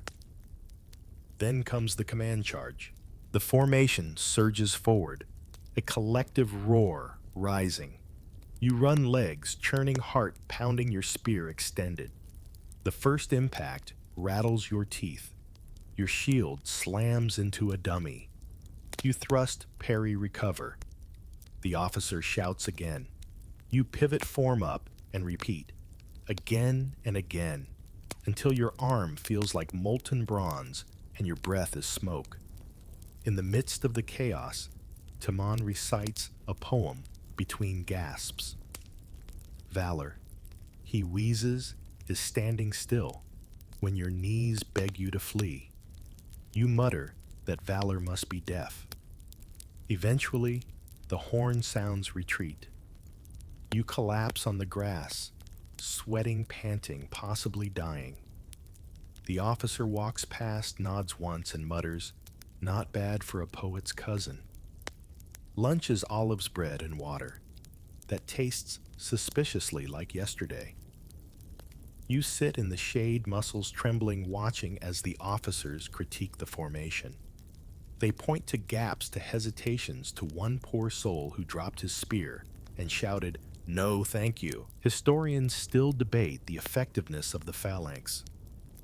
Some say it was a brilliant military innovation. Others say it only worked because everyone agreed to pretend it did. What's clear is that the experience is less about fighting and more about endurance, mental, physical, emotional. The afternoon brings archery drills. You are handed a bow and a handful of arrows. Your first shot misses the target entirely and lodges in a tree. Your second bounces off a helmet. You're asked gently not to continue. Then come sling drills.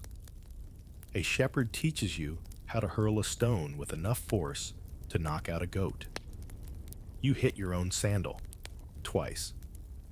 By late afternoon, the training shifts to naval maneuvers. You're sent to a long dock where a trireme, a sleek warship powered by oars, is moored. The idea is to practice boarding and disembarking. You stumble twice, nearly fall into the water, and are handed a mop. Not for punishment, just because someone always has to clean. Inside the trireme, you glimpse what naval life must be like, cramped, hot, rhythmic. Rowers sit on benches, hands blistered, faces grim. The captain yells in bursts. You're told these ships can reach surprising speeds in calm waters. You're also told not to ask how many crewmen can swim. Back on land, you are dismissed. The poet offers you a piece of cheese and a line from Hesiod. The best man is he who foresees war, but delays it with wisdom. You nod, too tired to reply. You return to your quarters at dusk, limping, sunburned, and slightly more bronzed than before. Your hands are raw. Your feet ache. Your shoulders bear the imprint of your shield, like a memory you'll carry for days. As you lay on your mat that night, staring at the cracked ceiling, you realize something essential. War, in ancient Greece, wasn't constant, but it was expected. Every citizen was a soldier in waiting. Peace was a pause, not a state. And training wasn't preparation. It was survival rehearsed. You close your eyes. Sleep drags you under like a slow tide. And in your dreams, you're back in formation, marching forward shoulder to shoulder into dust and light. You've fought in mock battles, been interrogated by philosophers, and survived meals composed primarily of lentils and questionable olives. But now, standing at the foot of Mount Parnassus, you find yourself facing something even more bewildering prophecy. You've made the journey to Delphi, home of the oracle mouthpiece of Apollo, riddler of kings and national cryptic crossword champion. The path winds upward through fragrant groves of laurel and cypress. Pilgrims pass you in both directions, some silent, some chanting, all cloaked in equal parts awe and dust. You hike in sandals, feet aching passing carved stones that whisper tales of heroes, tyrants, and lost wars. At one point, you see a man weeping beside a votive statue. No one disturbs him. Everyone here carries a question. Delphi is not what you expect. It's not grand, not in the traditional sense. It clings to the mountain in uneven terraces, a scattering of sanctuaries, treasuries, and columns.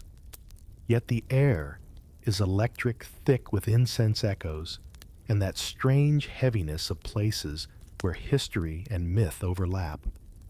The Temple of Apollo rises ahead, its Doric columns worn by centuries of prayer. You pause at the omphalos, the stone said to mark the center of the world. It's modest, oddly shaped, and covered in protective netting. Still, you feel something. A tug, as if this is indeed the navel of something vast. You wait in line. It's longer than the bakery queue during a fig shortage. Around you, men and women whisper to themselves, clutching offerings, coins, rings, jars of oil. One person holds a small bronze rooster. You have nothing but the coin someone gave you in Athens. You roll it between your fingers and wonder what you'll ask. When your turn comes, a priest leads you into the temple's inner sanctum. It's dim, cool, and strangely hollow. The Pythia, the oracle herself, sits atop a tripod over a deep fissure in the rock. She's older than you expected, hair loose, robes flowing. Her eyes are half closed. She mutters, inhales something that smells like burning bay leaves, and tilts her head. The priest nods at you. Speak. You panic. What do you ask the voice of Apollo? Should you ask about war, about fate, about whether your borrowed sandals are cursed? You blurt the first thing that comes to mind. Will I ever understand this city? The priest doesn't react. The Pythia leans forward, her mouth twitching as if wrestling the words. Her voice emerges in a raspy chant rhythm more than language. To walk among thinkers is to tread clouds on fire. The wise are fools in circles. The city is a maze drawn in water. Find your echo, and that's it. She slumps back, breathing hard.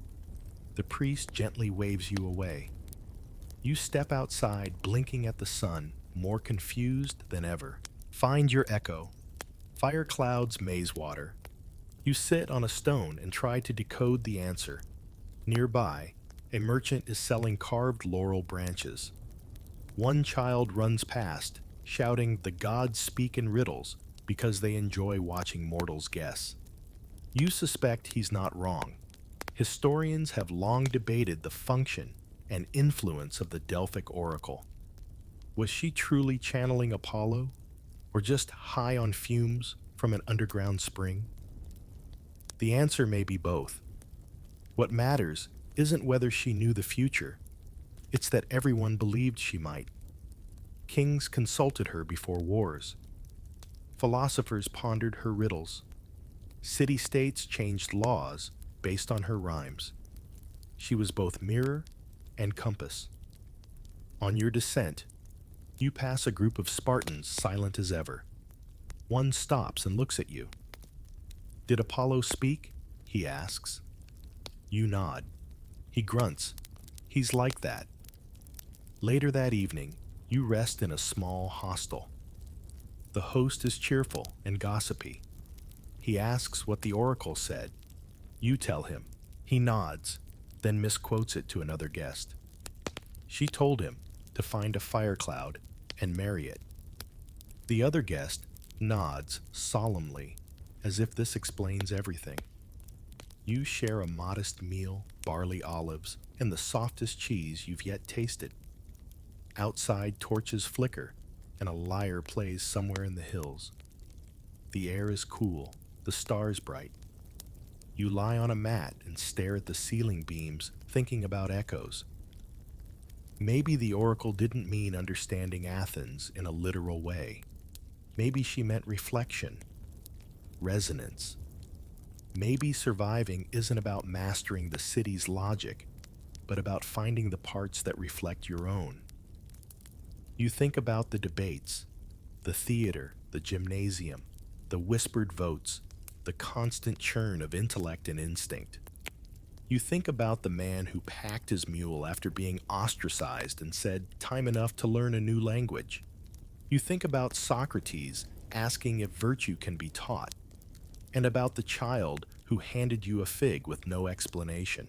The city is a maze, yes, but maybe you're not supposed to solve it. Maybe you're just meant to walk it with open eyes. As sleep tugs at you, you mutter the words again. Find your echo. In your dream, the city speaks. Not in riddles this time. Just sounds, laughter sandals on stone, the clink of pottery, the hum of questions. And beneath it all, the steady pulse of something ancient and enduring. You wake before dawn, pack your things, and start back toward Athens. The road feels familiar now. Dusty, yes. Long, yes. But not foreign. You hum a tune you don't remember learning. Maybe it's always been there. At the next village, a boy offers to trade you a coin for a story. You smile. You have one to tell. You return to Athens under a sky full of crows. Not a good omen, some say, but the citizens here are divided. One merchant claims it means war. A child insists it means good luck. A woman in a blue himation simply mutters, "They're birds," and keeps walking. You decide not to interpret the omen either way. Too many riddles have already passed through your head, and your feet are sore from the road. You've barely stepped inside the city gates when the first cough reaches your ears. Not your own, not yet, but the kind that echoes with familiarity. You hear another from a man sitting slumped against a wall. Then another. And then, as you pass the agora, a hacking chorus erupts near the fountain. The plague has returned. At first, no one wants to say it aloud. The city's been through this before, and the memories haven't faded. People glance sideways. Shrines are suddenly busier. Offerings of figs, honey, and garlic sprout at every statue's feet. Priests whisper longer prayers. But the sickness doesn't wait for ritual. It arrives fast. It spreads faster. By midday, news moves faster than the disease. Someone says a ship from Egypt brought it. Another claims it came overland through the Peloponnese. A third blames the gods Apollo, most likely. Or Asclepius, if you forgot an offering. Someone else mutters that democracy itself has angered Olympus. No one has evidence. Everyone has a theory. You retreat to your lodging, but the city around you is unraveling. Shutters close. Markets thin. The theater announces cancellations. No chorus today. A boy tells you they're coughing too much. Even Socrates is absent from his usual haunt near the Stoa. You wonder if he's sick, or simply using the time to question the nature of contagion. Historians have written much about the plague of Athens. Some say it struck in 430 BCE during the Peloponnesian War. Others suggest multiple waves. The symptoms were terrifying fever rash, vomiting, even blindness. No remedy worked, though everyone tried. Theories ranged from foul air to divine punishment to rotten figs. The truth likely involves sanitation overpopulation and bad luck. That night, your host Nicandros returns late. His tunic is soiled. His face is gray. "My cousin," he says quietly, "died this morning." He doesn't say more. He doesn't need to. You help where you can. You bring water to neighbors. You carry firewood. You offer bread to a boy whose mother hasn't moved in hours. You begin washing your hands with obsessive frequency, even though no one here believes in germs. It makes you feel useful. Each day, the streets grow quieter. Funeral processions grow longer. The pyres burn without pause. Temples overflow with offerings. The oracle's riddles, once debated endlessly, now feel distant. Survival is no longer philosophical. It's literal. One morning you wake to a sore throat. It's mild, probably dust. But still you wonder. You walk outside and find a line at the healer's door. The man at the front clutches a baby who isn't moving. A woman is weeping into her own hands. You turn and walk away, guilt mixing with dread. You aren't sick, not really, not yet. That afternoon, someone chalks symbols on your door. Protection, they say, or warning. You scrub them off, unsure which interpretation is worse. Each evening, you climb a rooftop to watch the city. The fires never stop. Somewhere, always, a flame rises, a column of smoke, marking another life lost. You count them without meaning to. One night, there are 7. Another night, 12. And yet, life does not vanish entirely. A girl draws pictures in the dirt beside a shrine. A man plays his lyre softly on a quiet corner. A neighbor gives you half an onion and a smile. These small defiances comfort you. People here have learned to live with uncertainty. Perhaps they always have. You find yourself visiting the Knicks again, not for politics, but to sit. The assembly is suspended. The steps are empty. You sit alone facing the Acropolis, watching light shift across stone. You think of all that has happened. The training, the plays, the laughter, the arguments. You think of the questions Socrates asked, of the riddles at Delphi, of your own journey through this whirlwind of logic, war sweat, laughter, and loss. You once asked the oracle if you'd ever understand Athens. Now, in the quiet shadow of plague, you begin to see the truth. You never needed to understand it. You only needed to witness it, to live inside its contradictions, to let its story shape yours. One morning, the coughing stops. Not entirely, but the air feels lighter. The shutters open. The market hums. A priest rings a bell at the temple of Athena and declares the city's strength will return. You see people smile again. Not many, and not for long, but enough to feel the shift. Athens breathes again. You meet Nicandros at the agora. He looks older. He is older. So are you. What now, you ask? He shrugs. Now we rebuild. You help clear debris. You sweep streets. You carry water for a potter who lost both sons. You mend broken walls, and somewhere in the middle of the dust and sweat, you realize something important. You have survived. You're not stronger. You're not wiser. But you're still here. In this city of fire and figs, of philosophy and plague, of contradictions, of echoes. And that is enough. You leave your lodging at dawn, the last time you will call it home.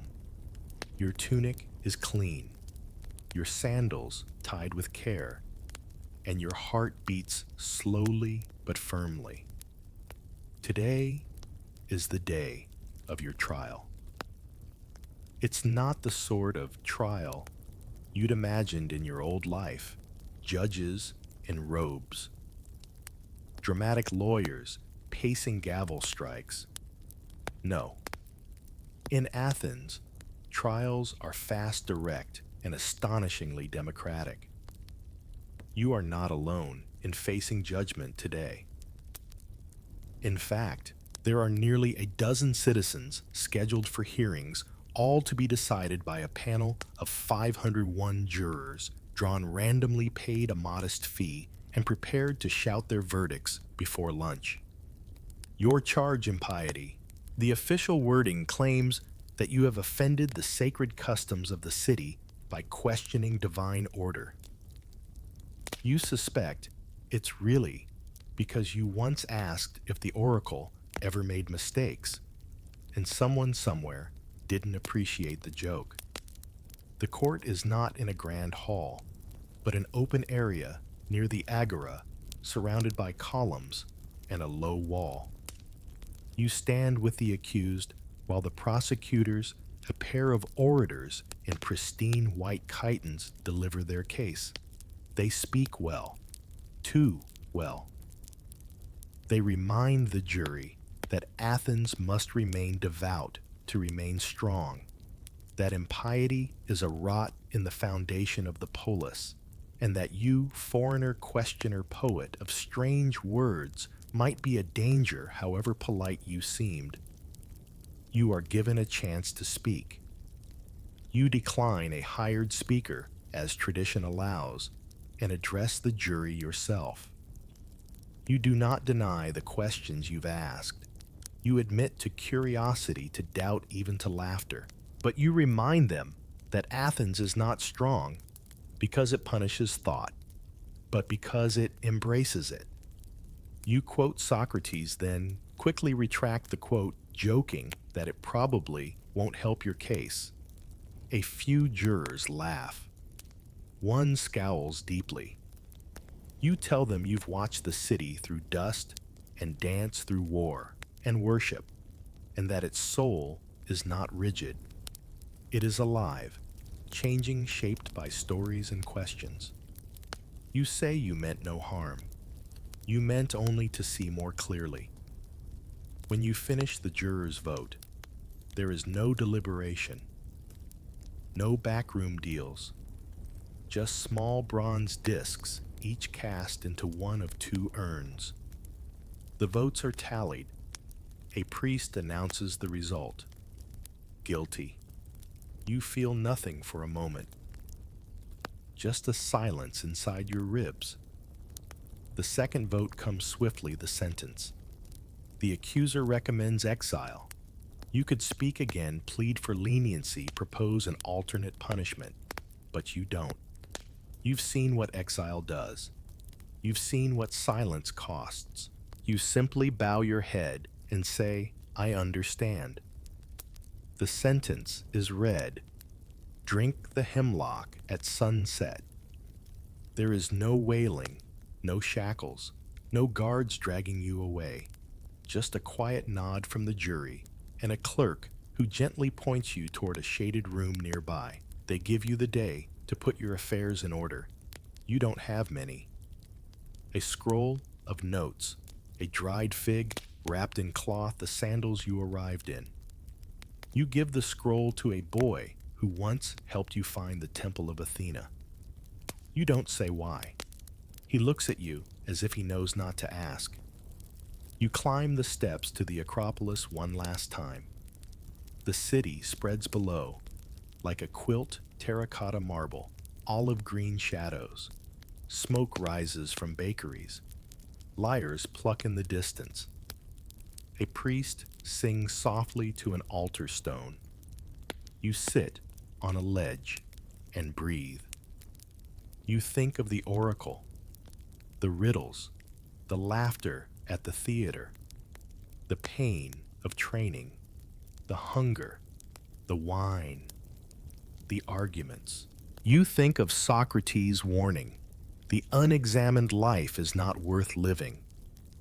You think of the city, both beautiful and brutal, sacred and absurd. You feel at last that you understand it.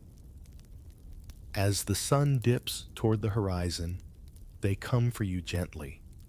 No fanfare, just a physician and a cup. The hemlock is pale green, bitter on the tongue. You lie down as instructed. Your feet begin to grow cold. The physician checks your pulse. You feel your breath grow shallow. The world softens at the edges. Someone lights a lamp. You think of your first day here, confused, overwhelmed, trying not to look lost. You think of how far you've come, not in miles, but in meaning. And just before the last breath leaves your body, you smile. Because in this city of gods and men of oaths and a strata of marble and fire, you did not merely survive. You lived. But living in Athens isn't just about surviving debates or dodging philosophical ambushes. It's about enduring something far more personal and far more pungent. So now, let's turn from the lofty heights of virtue to the gritty reality of staying clean in a city where olive oil counts as both moisturizer and soap substitute. Because in ancient Greece, bathing wasn't just weird, it was a whole lifestyle. You're lying on a reed mat in a dim corner of a small stone house, sunlight slipping in through a cracked shutter. The scent in the air, a heady cocktail of olive oil goat and something that might be your own armpit. Welcome to the daily grind of getting clean in ancient Greece. So, before you get comfortable, take a moment to like the video and subscribe, but only if you genuinely enjoy what I do here. And I'd love to know, where are you watching from tonight, and what time is it there? Now dim the lights, maybe turn on a fan for that soft background hum, and let's ease into tonight's journey together. You wake before dawn, wincing as your stiff joints creak with every movement. There's no mattress, just woven reeds softened with a sheepskin rug that's absorbed more dreams and grime than you care to think about. You reach for your clay jug, hoping there's enough water left to rinse your face. There isn't. You pour what little remains into a bronze basin and splash it against your cheeks. It's more symbolic than effective. Cleanliness here isn't what you think it is. It's not about showers or soap. It's about ritual, about wiping away the dust of the agora before prayers, or about scraping off sweat after training. Not because you're chasing a fresh scent, but because that's just what people do. You shuffle out the door and into the pre-dawn haze. The agora is already stirring vendors muttering as they set up a few early joggers in nothing but sandals and determination. A donkey relieves itself nearby. You step carefully. Historians still argue whether Athenian streets were regularly cleaned or simply left to accumulate their history, one dropping at a time. Your first goal water. The local fountain house is uphill, of course. You pass a woman balancing a jug on her head and marvel at her grace. You're sweating already. It's not even breakfast time. At the fountain, the scene is as lively as it is damp. People fill their amphorae while gossiping about the price of barley or the latest orator's blunder. The water comes in slow spurts from lion-headed spouts, and there's always someone cutting the line with a smirk that dares you to challenge them. You don't. You lug your water back like a soldier, bearing a wounded comrade. By the time you return home, you're dustier than when you left. This is how the day begins for most Athenians, not with a refreshing shower, but with a battle for water, followed by a long sigh and another layer of sweat. You strip down to a loincloth and sit cross-legged with a small dish of olive oil. You dip your fingers and rub it over your arms and chest.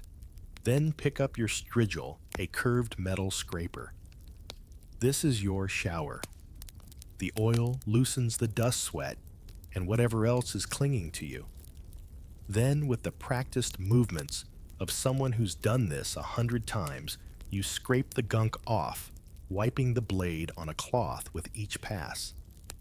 It's strangely satisfying until you catch a whiff of yourself. Clean, by ancient standards, is very different from what you're used to. It's more about appearance and less about smell. There's no soap. That won't be invented for another few centuries in a recognizable form. Some use ash or sand for scrubbing, but even that's reserved for particular occasions or the rich. You, my friend, are strictly a strigil and prayer kind of cleaner. Just as you finish your scraping routine, there's a knock. It's your neighbor offering you a slice of fig bread in exchange for borrowing your last bit of olive oil. You consider it. Fig bread is rare. Olive oil is precious. But hygiene, that's practically optional. You accept the trade, nibble the bread, and reflect on how the scent of figs barely masks the scent of you. The day stretches before you. Maybe a stop at the gymnasium, perhaps a temple visit, definitely another layer of grime. But for now, you're clean. Technically, you head out again, moving with the practiced shuffle of someone whose sandals are barely holding together. The city is awake now. Merchants yell, children chase each other with sticks. A goat inexplicably blocks your path. Athens is alive and covered in dust. You pass a group of young men oiling each other down outside the gym. They'll spend the next hour wrestling, running, and philosophizing, then head to the communal baths where they'll scrape off their sweat like you did, only with louder jokes and more theatrics. You consider joining them later, but for now, the agora calls. As you walk, you notice something that always strikes you: the smell of the city. It's a blend of food, sweat oil, incense, sewage, and somehow oregano. It's not terrible, but it's present, constant. A reminder that while ancient Athens gave the world logic, drama, and democracy, it never quite figured out body spray. A vendor offers to sell you a tiny vial of perfume myrrh imported from afar and worth more than your sandals. You decline politely, but you wonder just for a second what it would be like to smell like anything other than you. As you reach the edge of the agora, a boy runs past chasing a dog and collides with a water carrier. There's a splash, a shout, and a small, precious puddle on the ground. The crowd groans collectively. You all know what a waste that is. The sun climbs higher. The heat thickens. You consider heading to the bathhouse, but it's crowded this time of day, and you're not emotionally prepared for the eye contact involved. Instead, you find a shady spot, sit down, and let the breeze do what it can. You pull your tunic back on and close your eyes. You're clean enough for now. The sun is up now, fully and unapologetically. It beats down like Apollo himself has a personal grudge against your scalp. You squint as you walk the dust from the agora, still clinging to your feet despite your morning strigil session. Time to head somewhere more civilized, by ancient standards at least. You're going to the public bathhouse, which promises exactly three things: tepid water, communal nudity, and no guarantee of leaving cleaner than you arrived. You round a corner and find the modest entrance half concealed by a fig tree. Inside, voices echo off worn stone walls. It's a single-roomed affair, steam clinging to the air like gossip. There's a vague dampness to everything: floor benches, even your spirit. A man with an impressive beard and an unimpressive loincloth grunts a greeting as you step in. He's using a strigil that looks like it was forged during the Trojan War, and from the smell, it hasn't been cleaned since. You nod and find a quiet spot on the bench, though the definition of quiet here includes constant belching, arguing about poetry, and the occasional philosophical debate shouted over someone's back-scraping session. You oil up again because that's just how it's done. Not for luxury, not for comfort, but because you're about to get scraped again. You've got your strigil a dull bronze curve that's not quite sharp, but never quite dull either. And you start the rhythmic motion oil on scrape, off wipe, repeat. The man beside you eyes your technique with unsolicited judgment. Too gentle, he mutters. You'll leave half your filth behind. You consider explaining that your skin prefers to stay on your body, but decide against it. Instead, you ask how often he bathes. Daily, he says, proudly puffing his chest. Twice on feast days. Hygiene is virtue. You nod solemnly while your nose informs you otherwise. Historians still argue whether this was typical or simply bravado. There's evidence for both.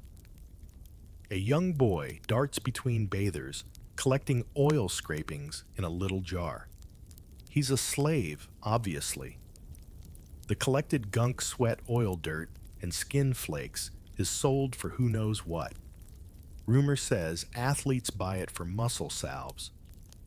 You hope that's just rumor. Eventually, you work your way toward the water basin. It's not a bath in the way you understand it, not even a pool, really.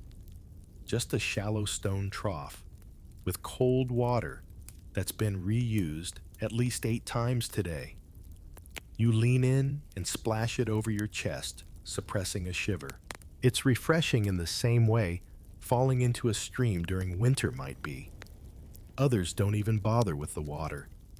They finish scraping toss on a tunic and declare themselves reborn. One man dabs on some rose oil and winks at a passing woman. She ignores him with the precision of a practiced wife. You stay a few minutes longer, mostly to dry off. Your tunic, already damp with old sweat, now sticks in new ways. There's no towel, just a stiff breeze from the doorway that slaps you on the way out. Back outside, you feel not clean exactly, more like evenly grimy. At least the oil gives your skin a certain glow. Or perhaps that's just the sunlight catching every dust particle still clinging to you. You wander through a narrow alley where a street vendor is selling freshly baked barley cakes. They smell divine like honey and ashes. You buy one, take a bite, and immediately regret it. It's dry, so dry. You could exfoliate with this thing. Still, it's breakfast. You munch and walk, wondering who decided oil and scraping was enough for a civilization that invented democracy. You pass a few women with water jars on their heads, balancing them like tightrope artists. Some wear linen veils, others go uncovered, but all of them seem to sweat far more elegantly than you. Nearby, a pair of men argue over whether Homer ever described a bath scene properly. One claims Odysseus bathed in golden tubs. The other insists it was poetic license. You nod silently. Scholars still debate how much myth influenced real Athenian hygiene. Was Achilles' bronze basin ever a household item, or just heroic propaganda? You walk on, turning toward the temple district when you spot a slave washing his master's feet in a small bowl. The man sighs contentedly as the water splashes over his dusty toes. You wonder what it's like to have someone wash you like that. Then again, you'd probably talk through the whole thing and ruin the ambiance. There's a breeze now, a merciful one. You let it hit your still oily skin and almost smile. A few doves flutter overhead, completely unaware they live in one of the world's least soaped cities. You stop by a small fountain and lean down to splash water on your face. This time, it feels better.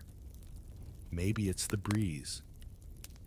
Maybe it's the fact that your pores have given up. Either way, you enjoy it. A boy nearby is brushing his teeth with a stick. You marvel at the commitment. He spits. You step away. As midday approaches, the city's pace slows. People seek shade. You follow suit, ducking into the stone arch of a half-ruined colonnade. Someone left a basket of figs here, probably as an offering, or possibly as bait for thieves. You take one anyway. It's squishy but sweet. You sit back against the wall and close your eyes. You smell like oil ash and maybe a hint of fig. You've bathed today, technically.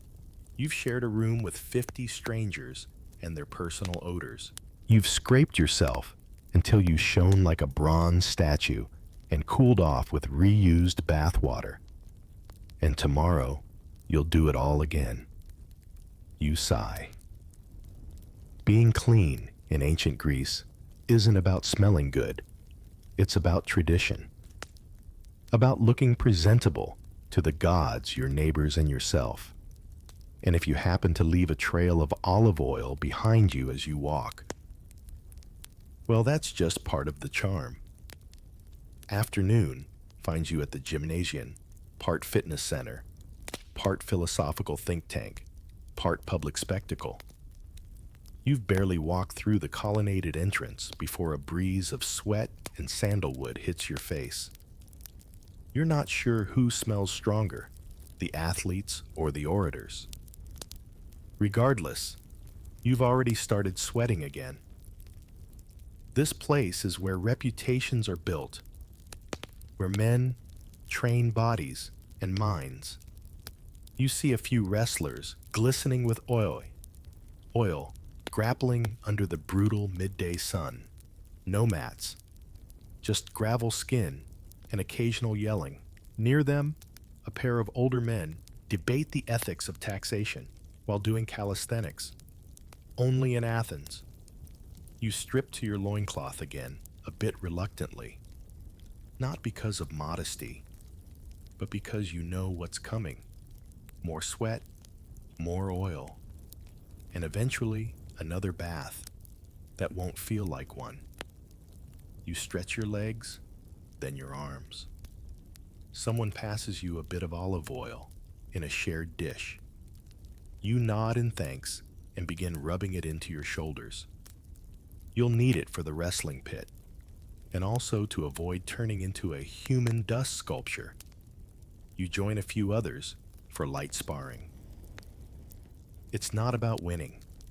It's about form, about showing you understand the dance of balance and muscle. You fall twice, mostly on purpose.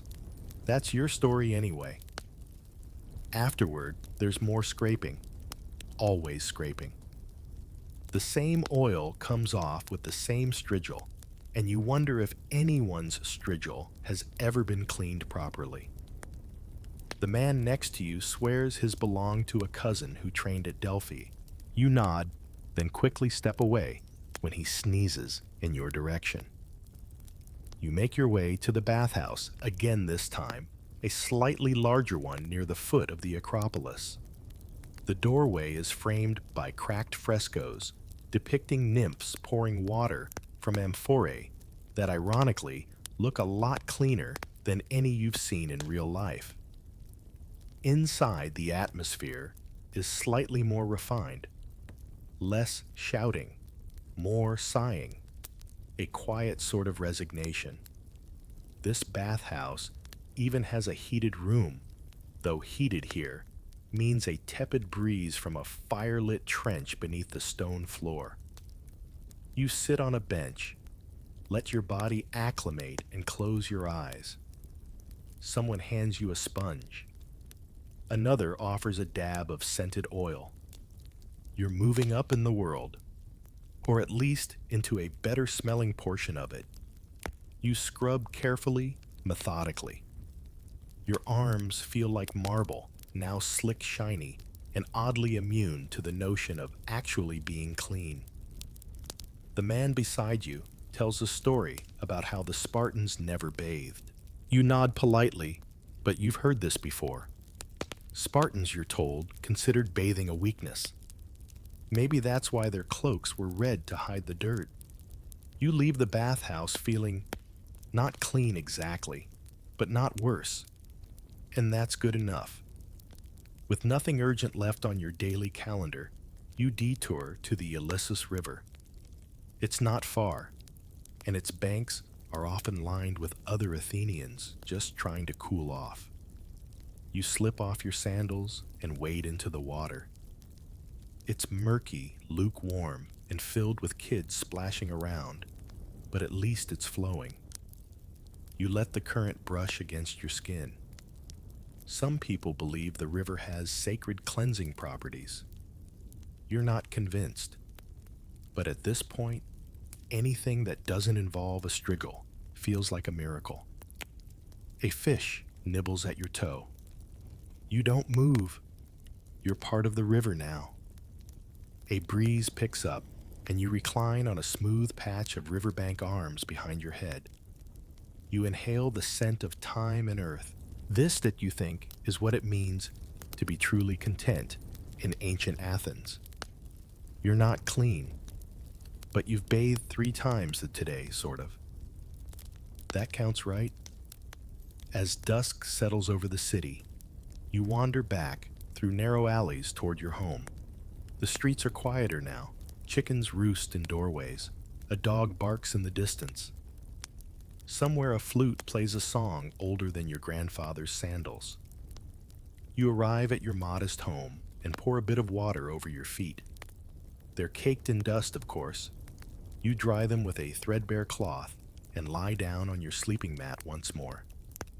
The same mat, the same room, the same vague smell of everything you've been through today. You think about how the gods are often described in the epics glowing radiant, ever fresh. You suspect it's because none of them ever wrestled barefoot in an Athenian gym, or scraped oil off with a used bronze spoon. You roll over, stare at the ceiling, and smile to yourself. Today, you have done what most Athenians did: bathed in oils, scraped your skin, dipped in a river, and sweat under the sun. You weren't clean, not in the modern sense, but you were present, human, gritty, glorious. And tomorrow you'll do it all again. Because surviving ancient Greece wasn't about comfort. It was about endurance with a hint of olive oil. You shuffle along the damp stone corridor of the larger bathhouse, a chipped urn of olive oil, sloshing gently in your grip. Your sandals slap against the wet floor, echoing in a way that makes you briefly self-conscious. The doorway opens into a steamy chamber where sunlight cuts through narrow slits in the wall, painting glowing lines across muscular backs and balding scalps. You step inside and breathe in deeply, a mistake. The mingling scents of oil mildew and foot give your nose an existential crisis. There's a clatter. Someone drops a clay bottle and it shatters into terracotta confetti. No one flinches. A man sitting nearby simply mutters again before returning to plucking his beard hairs with methodical intensity. You spot an open bench near a cracked pillar and claim it. A servant passes by with a bucket of lukewarm water and sloshes it into a trough with the kind of enthusiasm one might reserve for feeding livestock. You look at the water. It looks back, or at least you imagine it does. Bits of floating oil and human debris twirl lazily in the gentle ripple. Still, this is your best option. You grab a worn sponge part sea creature, part social relic, and begin to dab your arms, chest, and neck. You don't scrub too hard. The sponge has a smell. Not terrible, but certainly storied. A smell that hints at a past life spent on the skin of too many men who also thought it was clean enough. You turn your attention to your feet. There's something poetic about washing away the city's dirt after a day of being stomped through it. You scrape carefully, trying to ignore the brownish streaks bleeding into the water. When you're done, you wring the sponge out and place it back where you found it, which is to say, on a random shelf next to a jar of something unidentifiable. A pair of older men nearby are having a heated discussion about washing techniques of all things. The Romans, one grumbles they wash in fountains. Fountains. Can you imagine they do everything in public? It's indecent, the other replies, scrubbing his knee like it owes him money. You nod in agreement even though you've never met a Roman. It's what people do here blame foreign customs for everything from stomach aches to cloudy skies. The slave attendant returns and gestures at you. Oil, sir. You hesitate. You've already applied some earlier, but it's worn off. So you nod. He pours a small measure onto your shoulders, and you work it in with both hands, grateful for the brief illusion of luxury. The olive oil smells faintly of thyme and smoke. It covers the scent of the bathhouse, just enough to make you believe you've leveled up in personal freshness. There's a low laugh from the other side of the chamber. A group of young men are joking one of them, attempting to balance his strigil on his nose. It doesn't end well. You glance over and catch a splash of oil flying your way. It lands on your foot. No one apologizes. This is just part of the experience. Another man, tall, wiry, wrapped in a towel that's seen better decades, sits next to you and exhales deeply. Warm enough in here? He asks without looking. You nod. It's like being boiled in your own mistakes. He chuckles. That's Athens for you. He dips his sponge into the communal basin. You try not to look. Someone claps their hands for attention. An older gentleman, possibly a retired hoplite, by the look of his scarred shoulders, stands and launches into a recitation of a passage from Homer. You catch the line about Odysseus being bathed by his loyal servants, and it suddenly strikes you that even the wily hero got more personal attention than you. A younger man claps politely. Another yawns, You shift your weight and rise slowly from the bench joints, stiff and skin slightly tacky from oil. You make your way toward the exit alcove, stepping over discarded towels, near empty jugs, and what you desperately hope is a piece of bread and not someone's abandoned loofah. You rinse your hands one final time in a small basin near the door, feeling the cool splash against your palms, like a brief return to innocence. The water here, too, has done its duty many times already today, but it's better than nothing. You shake your hands dry, take a deep breath of the marginally fresher air, and step back into the street. Outside, the world feels loud again. The market bells clang from the agora. You smell fish, not the philosophical kind. Real fish, probably boiled. You pass by a boy hawking raisins and realize that despite your 3 bathing attempts today, you still feel like you're coated in the memory of 100 strangers' body oils. But that's the Athenian way. Cleanliness in ancient Greece isn't about scrubbing away until you're spotless. It's a ritual, a performance, a declaration that you are human, that you have time, and the means to scrape, soak, and oil yourself in full view of your peers. You walk back home, skin glistening under the setting sun, feet dusty again within moments. A dog sniffs at your sandal and decides you're not edible. Probably a good sign. By the time you reach your door, you feel tired, but oddly satisfied. Your muscles ache, but your spirit is mellow. You've survived another day, scraped another layer of history onto yourself. You're not clean by any modern standard, but you've participated. You've joined a lineage of bathers stretching back to myth. Tomorrow, the oil jug will call again. The sponge will be just as spongy, the water just as questionable, and you'll be ready. The sun has settled into its golden stretch, that hazy lull between heat and dusk.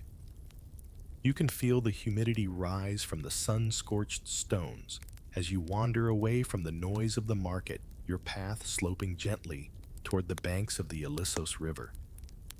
It's not a dramatic river, not mighty like the Nile or the Tiber, but it has always flowed quietly, almost bashfully, past temples and goat tracks alike. You reach the river's edge, passing a small shrine to Pan, nestled beneath a fig tree. A smear of honey rests on the altar, and a few wilted violets float in a shallow offering bowl. You nod in reverence, or perhaps habit, and duck beneath a low-hanging branch. The air smells of reeds and wet earth. An ancient smell, the kind that might have greeted Theseus before he ever picked up a sword. A few others are here too. 2 older men sit under a tree robes hitched to their knees, arguing about whether the Delphic oracle ever bathed. A couple of children chase each other along the muddy embankment, laughing so freely it stirs a half-forgotten version of yourself. You don't see anyone you know. That's comforting. You kick off your sandals and step onto the soft silt. The ground is warm, but the mud squishes up between your toes in a way that's not entirely unpleasant. The Ilissos glides lazily before you, about knee-deep at this part of the bank, dappled by sunlight and dotted with dragonflies. You wade in slowly. The water is cooler than you expected, surprising your skin and softening your breath. It curls around your ankles first, then your calves, like a silken ribbon sliding over the day's grime. You keep moving forward until it reaches your waist Then crouch, submerging yourself almost completely. Silence, or at least a quieter kind of noise. You hear your own heartbeat. You hear the hum of insects. Somewhere a lyre plucks out a half-finished song. You blink up at the sky, and for a moment, there's no politics, no agora, no half-scraped body oils. There is only river. You plunge your head under. When you rise, your hair slicked and face dripping. The sun catches the droplets on your skin. You laugh out loud like a child. No one notices, or they pretend not to. There's a rock near the river's bend, flat and sun-drenched. You wade over and haul yourself atop it, limbs splayed. The stone is warm, almost too warm. You lie back and close your eyes. Your thoughts drift, as they often do when your skin has been rinsed and your stomach is empty. You think of the gods, how they're always described as glowing, radiant, untouched by dust. And yet you can't help but wonder, would Athena ever lounge like this damp and half-naked on a river rock with dragonflies landing on her knees? Probably not. You sigh and stretch. A fish nibbles your toe. You twitch, then grin. This river, humble though it is, has seen centuries. Philosophers bathed here. Priests, potters, criminals. Maybe even someone important. Maybe someone who thought they were important. It's comforting to know. The water doesn't care. You hear someone approach. A young woman, barefoot, jug in hand, filling it with water from the bend. She glances your way briefly. You nod. She nods back. No words are exchanged. There's no need. The Elissos understands. Your thoughts turn to the practical. You've been here a while. The water may have washed away your sweat, but your stomach is staging a quiet rebellion. You didn't eat much earlier, just that barley cake that tasted like regret and pebbles. Now, you'd trade a clean tunic for a plate of olives and a bit of cheese. You sit up, legs dangling over the edge of the rock. The sun's starting its descent, now casting a golden shimmer across the ripples. The trees lean in close, whispering to each other in the wind. A heron lifts off from the opposite bank, slow and serene. You splash your face once more before stepping down. The silt hugs your feet again, reluctant to let go. You retrieve your sandals, now half buried. They squish unpleasantly as you slide them on, but there's no helping it. You're already halfway dry and fully content. As you climb the gentle path back to the main road, you feel different.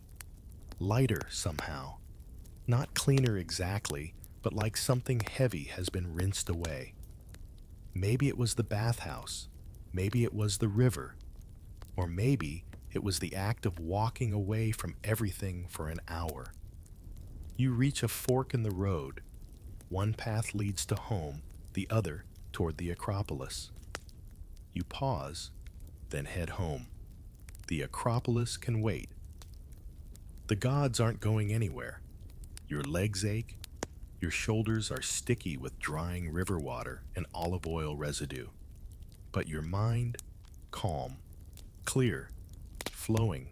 As you walk, the familiar sounds return: the rattle of a cartwheel, a woman yelling at her son, a dog barking at a tortoise.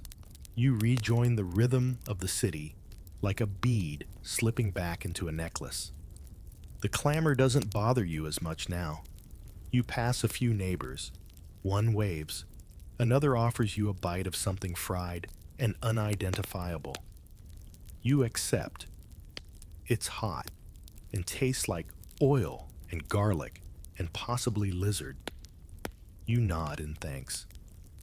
By the time you reach your street, Dusk is unfurling its lavender ribbon across the rooftops. Lamps flicker to life behind clay windows. You catch a final gust of wind carrying the scent of thyme and charcoal. It smells like dinner and endings.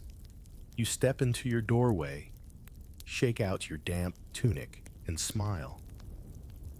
Today you bathed 3 times. None of them involved soap. None of them made you pristine.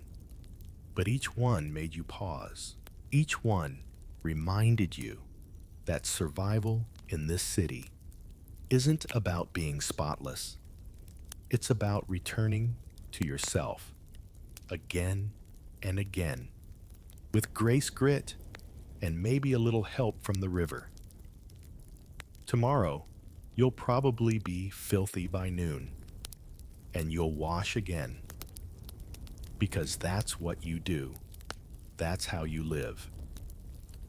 In the shade of gods and the scent of oil, with dust between your toes and river water in your ears, you endure. It's festival season in Athens. Again. Always is, it seems. Today it's the Panathenaic celebration, a full-day tribute to Athena, the city's namesake patron, and one of the few immortals who probably wouldn't survive a modern health inspection. You woke to the sound of trumpets echoing down your street and the braying of ceremonial oxen being led through the city center. That means one thing: you're going to sweat today, and so is everyone else. You wipe the sleep from your eyes, already feeling the weight of the coming heat. You consider bathing, then laugh. What would be the point? You'll be jostled shoulder to shoulder with half the city by noon, with no real chance of staying dry or dignified. No today calls for a different strategy acceptance. You slip on your cleanest tunic, still with faint traces of yesterday's olive oil around the collar, and gather with your neighbors in the street. Some wear wreaths of laurel. Others carry baskets filled with bread olives and offerings for the temple. You bring yourself your sandals in a grim kind of optimism. The streets are packed, of course. Every family in the city seems to be out, plus half the population from the countryside. You move like a fish in a very warm, very talkative school, every few steps punctuated by a greeting, a complaint, or someone's elbow in your ribs. The smells are impossible to separate. Incense burning from roadside shrines, roasting meat from carts, wet wool from too many tunics worn too many days in a row, and of course the unmistakable tang of thousands of unwashed bodies huddled together in celebration. You reach the agora, now transformed. Merchants have set up brightly colored awnings. Jugglers and flutists compete for attention.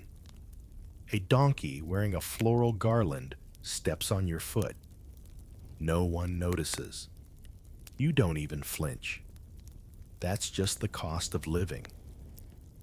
At the foot of the Acropolis, a group begins singing a hymn to Athena. It's beautiful, truly. But the man next to you hasn't washed his armpits since Solon was in office. You inch away subtly. Not far, because there's no far to go. Just a little space to breathe. Not that it helps. Soon the Panathenaic procession begins, a slow meandering line of priests, musicians, maidens carrying sacred vessels, and proud citizens draped in ceremonial robes that must feel like wool-lined ovens. You applaud respectfully, though your hands stick slightly together from yesterday's oil residue. Someone offers you a fig. You accept. It's overripe and sticky. The crowd moves with the procession, not exactly following, but somehow swept up in its momentum. You catch glimpses of dancers, some twirling, others stomping every motion, releasing more scent into the humid air. Someone nearby begins chanting. Children scream not from fear, just for the joy of it. You catch a glimpse of the great statue of Athena Polias, resplendent in her new peplous robe, woven by virgins whose idea of a festive color palette is apparently storm cloud. Still, she looks majestic, unfazed, clean. If the gods can smell you, you think you hope they have a sense of humor. The heat rises, the clamor continues. You start to feel the weight of your own sweat trickling down your spine. You are sticky again. You are part of a city-sized soup. The only break in the crush is when a flute player collapses from heat stroke and is respectfully rolled into the shade. A few older women pass by, carrying amphorae on their hips, fanning themselves with reed mats, and muttering about how festivals used to be better, simpler, less noisy, less sweaty. You find yourself agreeing. You spot a fountain house up ahead. Blessed relief. But there's already a line, and the line is full of men like you, all hoping for a splash, a rinse, a miracle.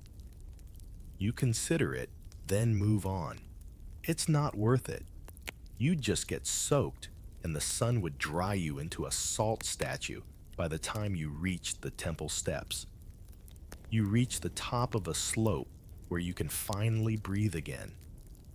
The breeze is faint but divine. Below you, the city pulses with life, drums, pounding voices, shouting children, laughing dogs, barking at everything. You've never seen it from this height. It almost looks peaceful. You sit on a stone wall, stretching your legs and letting your tunic dry against the breeze. You think about how festivals are meant to bring people closer to the gods. Maybe they do, but they also bring you much closer to each other, closer than anyone might want. The communal spirit, the shared meals, the shared smells. You sip from a clay cup passed by a stranger. It's some kind of diluted wine, probably sweetened with herbs. Not great, not bad, but cold, gloriously cold. You nod in thanks. The man smiles, his teeth blackened from too much boiled wine and not enough dental rituals. Evening nears. The procession has reached the temple. You hear cheers rise from the crowds. Offerings are being placed, prayers spoken. Somewhere a sacrifice is made, and smoke begins to coil into the sky. The smell of burning meat makes your stomach growl. You haven't eaten properly since dawn. You head toward a vendor cart advertising grilled fish on skewers. The line is long, of course, and the man behind you smells strongly of fermented cheese. But the fish is worth it. You take one, scald your mouth immediately, and eat the rest anyway. Night falls softly over the city, laying a cooler hand across your skin. The sweat dries. The crowds begin to thin. A group of musicians continues to play their song, drifting through the agora like incense. You feel tired, hungry, grimy, whole. You walk home under the stars, listening to the quiet that follows a day like this. You step inside, stretch, and collapse onto your sleeping mat. There's grit in your tunic. Your feet are black with dust. You smell like 10,000 strangers and one overly aggressive fish vendor. You close your eyes. Athena was honored today, and so were you. You'll bathe tomorrow, maybe. The next morning, you wake with a groan and the realization that your entire body feels like it was pickled in smoke and foot traffic. Your tunic clings with yesterday's festival residue. Your hair feels stiff with oil and ash, and your mouth tastes faintly of overcooked fish and whatever that stranger put in the wine. And still, somehow, you're expected to appear thoughtful in public today. Because you're meeting a philosopher. Not just any philosopher either. One of the heavyweights. Socrates himself is rumored to be teaching in the Stoa today, engaging in one of his endless dusty dialogues. You've never spoken with him, but you've overheard plenty. He's the sort of man who can make you doubt whether you're even wearing shoes while staring directly at your sandals. You throw on the cleanest tunic you can find, which isn't saying much, and splash a few drops of water on your face. It doesn't help. You scrape your arms with a dry cloth and pretend it's as effective as a real bath. Your feet remain a lost cause. You head out into the city, dodging a cart filled with live chickens and pausing briefly to step over what might be a broken amphora or the world's flattest gourd. The morning sun beats down with no mercy. You keep walking. The Stoa is already crowded when you arrive. Men lean against columns, sitting on benches, cross-legged on the floor. Some listen intently. Others pretend to listen, while obviously scanning for figs. And there, in the center of it all, barefoot and wearing the same threadbare tunic he's worn for at least a month, is Socrates. He's in the middle of a monologue, or maybe a trap. That's how it often goes. One moment you think you're answering a harmless question about justice, and the next you're being roasted for your inability to define virtue. Still, you're curious, so you listen. And what Socrates asks, eyes squinting, is the purpose of bathing no one answers immediately. There's a nervous shuffle among the younger listeners. Finally, a merchant with hands still stained from handling olive barrels speaks. To be clean, Socrates nods slowly. Ah, clean. But what is cleanliness? You exhale. Here we go. Someone behind you mutters, "We're going to be here all day." Another voice, young, probably a student, offers cleanliness is the removal of dirt, of sweat, of filth. Socrates leans forward. Is a man still himself if covered in dust? Is the soul stained by the body's condition? Now it's getting metaphysical. A few heads nod, others tilt. You scratch your ear and wonder if that counts as philosophical engagement. He continues. Consider Diogenes, our cynic friend who bathed only when it rained, who slept with dogs and ate from discarded bowls. Was he less wise because he smelled of onions? A chuckle ripples through the crowd. You shift your weight, still sticky from yesterday's festivities. Socrates paces his bare feet, slapping gently against the stone floor. What if he says, the body, like the city, accumulates dust, not to be removed, but to mark the path it has walked? He stops and points to a young man in a pristine white chiton. Do you believe your soul is any cleaner because your tunic is? The youth gulps. No, master Socrates. Then why wear white at all? He presses, grinning. The boy hesitates. Because my mother told me to laughter. Socrates smiles and turns to address everyone. Aha. Wisdom begins with obedience and ends with understanding. We bathe not to impress the gods nor each other, but perhaps to rehearse the cleansing of thought, to strip away by assumption as we scrub away oil. The man never makes things simple. You find yourself wondering, when did bathing become more than just bathing? When did scraping mud from your shins become an allegory for ethics? Still, the point lingers. You realize Socrates is speaking again. And if a man refuses to bathe if he embraces his filth, what has he lost? Dignity, or merely the pretense of it? Someone near the back, a spice seller, by the look of his robe, raises a hand. What about stench? That's real and rude. Socrates nods solemnly. Ah, yes, stench is a philosopher not entitled to a personal radius of decay. The spice seller laughs. Not around my wife, he isn't. Socrates raises a hand. Then let us compromise. Bathe enough to keep peace, but not so much you forget the lessons dirt has taught you. There's a thoughtful pause. Then someone claps. Slowly. Then another. Soon the entire group is applauding, whether in agreement or simply because they can now leave without appearing rude. You hang back for a moment, not clapping, just considering. Maybe there's something to it. Maybe your half-hearted cleansing rituals, your daily olive oil scrapes, and your river rinses aren't failures.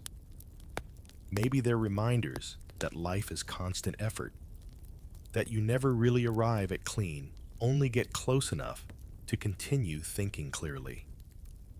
You step out into the street, back into the hum of the agora. A merchant waves you over with a cloth stained by pomegranates. Fruit, he asks. You shake your head. Just walking. He shrugs and turns to the next customer. You continue down the street, feeling the grit already building on your skin again, the scent of the morning rising with the sun, and yet your mind feels lighter. Today, you bathed in philosophy. Tomorrow, perhaps water. Either way, you're still you, and that's enough. The drought arrived quietly. No ominous thunderclouds disappearing, no dramatic omens carved into olive trunks. Just day after day of heat, the kind that seeps into the walls and dries the spit from your mouth before you finished a sentence. Wells grew shallow. Fountains trickled like lazy thoughts. The city groaned. Your morning begins not with a splash of water, but with the absence of it. The basin you filled the day before is now bone dry, and the clay jug beside it echoes hollow when shaken. You tilt it once, twice, as if that might summon moisture from the air. It doesn't. You tie your sash, pick up the jug, and head out toward the communal fountain house, knowing full well that you'll likely return with little more than the same hope you left with. The streets are subdued. People walk slower. Fewer vendors shout. Even the goats bleat with a hoarse resignation. Dust coats everything. You pass a child drawing a crooked spiral in it with her toe. Art in arid times. At the fountain house, the queue snakes around the corner. Dozens of others stand waiting with vessels of every size and shape, some chipped, others clearly borrowed from better stocked neighbors. A city in line for life. You join the queue and shift your weight from one sandal to the other. Conversations here are quieter now. People don't complain about the wait as much anymore. They just wait. Occasionally, someone coughs a dry, scratchy sound that seems to hang longer in the air than it should. An elderly woman in front of you sighs and turns. Used to be, you'd come before dawn and get your fill. Now, you come before the gods wake and still leave with a tear's worth. You nod, offering a faint smile. We'll get enough today, you say, without knowing if you believe it. The fountain house finally reveals itself as the line shuffles forward. The lion's head spout, once a proud emblem of civic design, now dribbles like a leaky wineskin. A slave tends the flow, rationing the water into vessels with an expression that's both stern and apologetic. No one blames him. He pours exactly one ladleful per person. You do the math, not enough. When it's your turn, he nods and fills your jug. You thank him. He doesn't answer. Behind you, the line closes the space like breath. You carry your prize home like it's sacred. The jug is barely a quarter full, but the weight of it makes your arm ache. Every drop inside sloshes like a quiet threat. Spill me, and there'll be none tomorrow. At home, you set the jug down as gently as you would an infant. You divide the water mentally. A sip for drinking a bit, for rinsing your hands, perhaps enough to dab at your face with a cloth. Bathing. Not even a dream. Your skin feels tight. Dust clings to your arms in uneven stripes. You scratch an itch and raise a cloud. There's a knock at your door. It's your neighbor, a lean man with worry carved into the folds of his brow. He holds his own half-empty amphora. Trade, he asks. I have a fig and some pickled onions. You hesitate. Water for onions is absurd, but the fig soft, sweet, rare. You nod. He scoops a small ladle into your jug, careful not to touch the rim. You share a fig. It tastes of sun and desperation. Later, you sit on your doorstep and watch the street. Children play quietly. No chasing, no yelling. They conserve energy the way their parents conserve water. A girl drags a rag doll through the dirt, humming a song with only 2 notes. You close your eyes and remember the last time you truly bathed, fully submerged in the ilissosis. Not just anointing your skin with oil or scraping dust with a strigil. The memory is cool fluid, almost painful. You decide to visit the well near the edge of town. It's farther deeper. Rumor says it still draws from a spring the gods forgot to dry out. You tuck your tunic, grab the jug again, and walk. The road grows quieter with each step away from the city. The sun leans heavier. Your jug feels heavier still, despite being half empty. You pass a farmer hauling buckets from his cart. He waves you down. You headed to the deep well. You nod. He grins, toothless and sunburned. She's slow, but she gives. At the well, there's no cue, just the soft creak of rope and pulley as a boy lowers a bucket. You wait your turn and glance down into the shaft. It's so dark, it feels like looking into your own tired thoughts.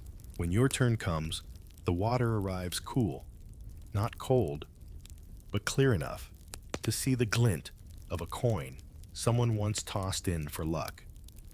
You fill your jug, not full, but fuller. On the walk back, you allow yourself a sip, just one. It tastes like stone and root, honest water. Back home, you use a cloth to dampen your face, your arms, your neck. You don't scrub. There's no luxury in that. You simply press and dab like a painter, touching up a fading mural. Your skin drinks in the moisture. You feel not clean exactly, but acknowledged. That evening, the city is hushed. Lamps glow behind clay shutters. A breeze stirs, but brings no promise of rain. Still, you sit on your step, jug beside you, and watch the sky. The moon rises pale and uncaring. Stars blink. Somewhere nearby, someone sings a slow song, the kind with no instruments, just longing. You cradle the jug and whisper a thanks to no one in particular. This is survival, you think. Not about being clean, just about not drying out. You needed a break from the city, its stone walls, its sweat-slicked crowds, its ever-evaporating fountains.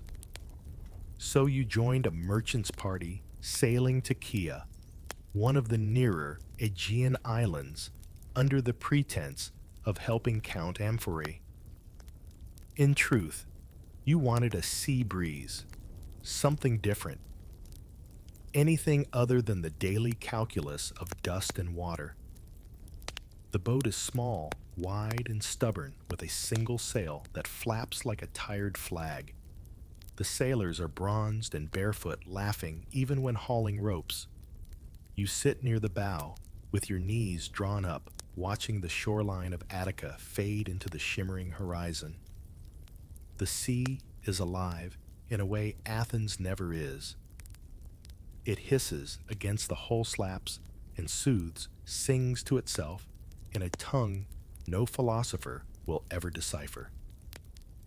You inhale the salt. It fills your chest, prees your lungs open, flushes away the city's sour air. You exhale. For the first time in weeks, your shoulders drop. By midday, Kea comes into view, low hills covered in scrubby green whitewashed houses, stacked like dice, and coves that glimmer like polished obsidian. You dock near a quiet inlet, unload the merchant's wares, mostly cloth and wine, and are promptly forgotten, which suits you fine. The village is smaller than a single Athenian street, but full of light. People greet you with nods, not questions. You rent a mat in a guest house owned by a widow who waters her plants with wine when the well runs low. She offers you a fig and a warning. The sea gives, but it also keeps. Mind where you swim. You nod, unsure what that means, and set off toward the cove. The walk is short through olive groves and wind-shaped trees. Birds dart overhead. No goats, no crowds, no smell of incense or overboiled lentils. Just wind and wave and earth. You reach the beach. It's more pebbles than sand, each stone sun-warmed and rounded by time. The water stretches out impossibly blue, shimmering like hammered bronze. You undress slowly, laying your tunic over a flat rock. You hesitate. Then you step in. The sea greets you like an old friend with cold hands. You gasp at the shock, then laugh. The water clutches your ankles, then your waist, then your chest. You dive under, eyes open. It burns a little. You don't care. You rise, hair slicked back, and float. The salt holds you like a promise. You spread your arms. You are nothing and everything, just another body in the sea, sweating salt into salt, floating in a basin that cradled the gods before anyone wrote their names. You spend an hour in the water, maybe two. The sun climbs, then drifts. You don't count. You swim, float, rest, repeat. Each dunk feels like an erasure of city dust, of half-formed worries, of all the sweat that came before. Eventually, you climb out dripping and stretch on the pebbles. The salt dries fast, leaving your skin tight and pale with crust. You rub it absently, watching the wind play with the olive branches. You realize something, then you've bathed, truly bathed, without strigil or sponge or ritual. The sea did all the work. No olive oil, no scraping, no queuing in a bathhouse, behind a man who believes cologne is the height of hygiene. Just salt, sun, and time. You feel clean, not scrubbed, not perfumed clean. elementally so. Back at the guest house, the widow eyes your sunburned shoulders and clicks her tongue. You'll peel like an apple, she mutters, handing you a dab of goat butter. It smells terrible. You rub it in anyway. That night you eat lentils and grilled fish by firelight. The air is cooler, the kind that settles over you like a shawl. You sit on a low stool outside the house, watching stars scratch silver lines into the sky. The widow joins you, holding a cup of warm wine. You look less like a city rat today, she says without malice. Sea washed it off, you answer. She sips. It does that. But it always comes back. You nod. You know she's right. The next day is much the same. A slow walk, a swim, a nap on the stones. You help unload a wine cart for a farmer in exchange for a cucumber and a joke you don't quite understand. You swim again. You dry in the wind. You watch a dog chase shadows along the shore. You don't bathe. You don't need to. The salt is in your skin now. You can feel it, even when dry. You run your fingers along your arm and hear a whisper of the sea in every grain left behind. You are not spotless, but you are scrubbed by nature, shaped by elements, pared down to what matters. On your third day, the merchant calls for return. The wind is good. The boat will leave by noon. You pack your tunic brush off the salt as best you can and thank the widow. She doesn't smile, but she hands you a fig. For the stink of Athens, she says.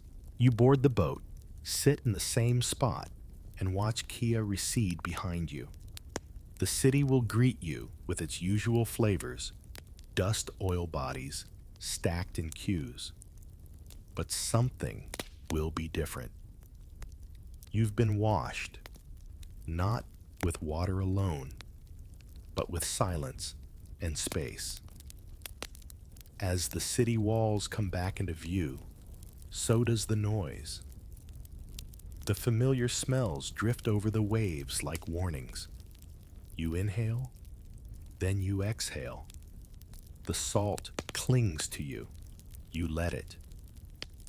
You return to Athens, a little browner, a little calmer, and a little crunchier, salt clinging to your skin like a second tunic. As you step back onto the familiar docks and smell the familiar stew of fish brine, sweat, and civic anxiety, the sea starts to feel like a half-remembered dream. And the dust greets you like an old friend, eager to reassert its presence in your pores. You spend your first day back mostly in observation. You wander the agora, fingering figs, listening to the latest arguments about taxation, and watching a group of philosophers gesturing so vigorously, you wonder if they're debating or warding off bees. You notice something peculiar. Everyone is trying to appear a little elevated. Freshly oiled tunics, decorative wreaths still holding their shape, even children smeared with perfume and told to stand still. There's a festival coming, but not one of marching and trumpets. This one is quieter. It's about the gods. Specifically, it's about how clean they are. That night, you visit a friend, Cleisthenes, a temple aide, who knows everything and nothing in equal measure. He pours you a cup of diluted wine and explains with a sly grin it's purification season. Half the city is pretending to be holy. The other half is pretending they don't smell. You raise an eyebrow. Pretending Cleisthenes leans in. You think Athena smells like lavender? You think Hermes doesn't sweat when he runs between realms? He snorts. The gods are clean because we wrote them that way.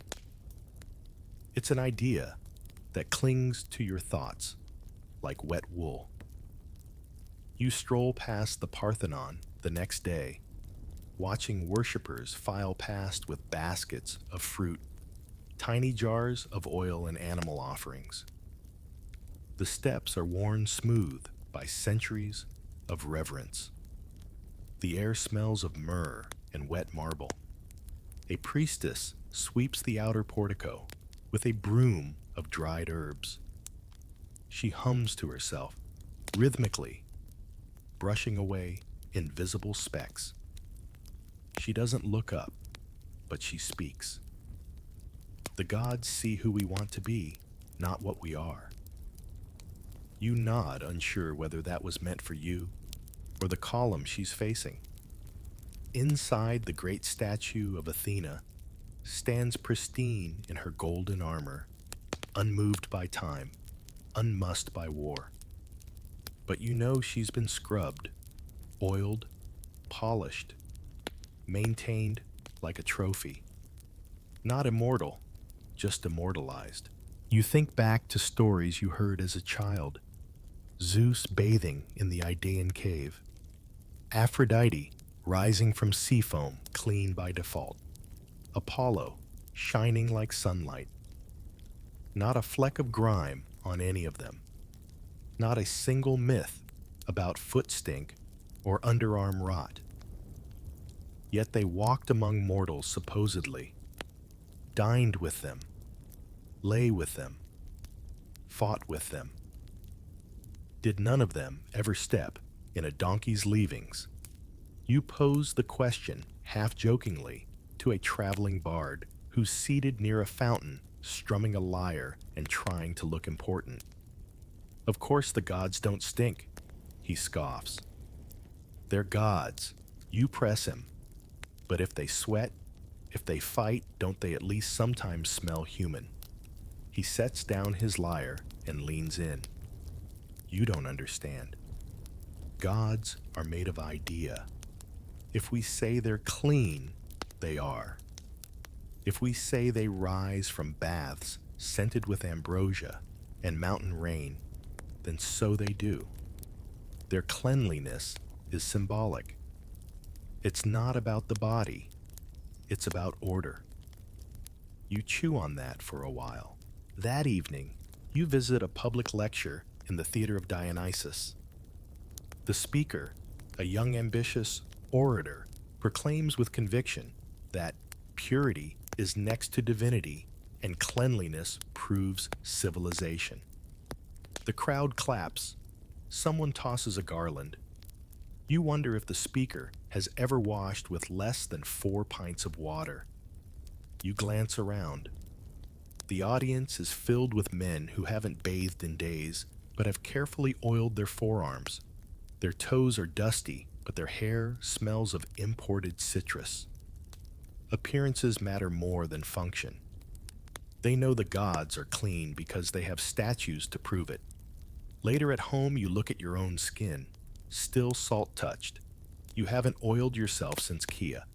You haven't scraped, haven't fussed.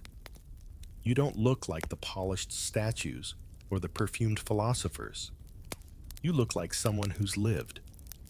You wash your face with the last of your stored water. You whisper a thank you to Athena, not for victory, not for wisdom, but for letting you question whether she's ever had dirt under her nails. The next day, a teacher tells a group of boys that Hestia, goddess of hearth and home, never lets her fire go out and never lets her robes wrinkle. One of the boys asks if Hestia ever cooks her own meals. The teacher frowns. Gods do not cook, they receive. The boy looks unconvinced.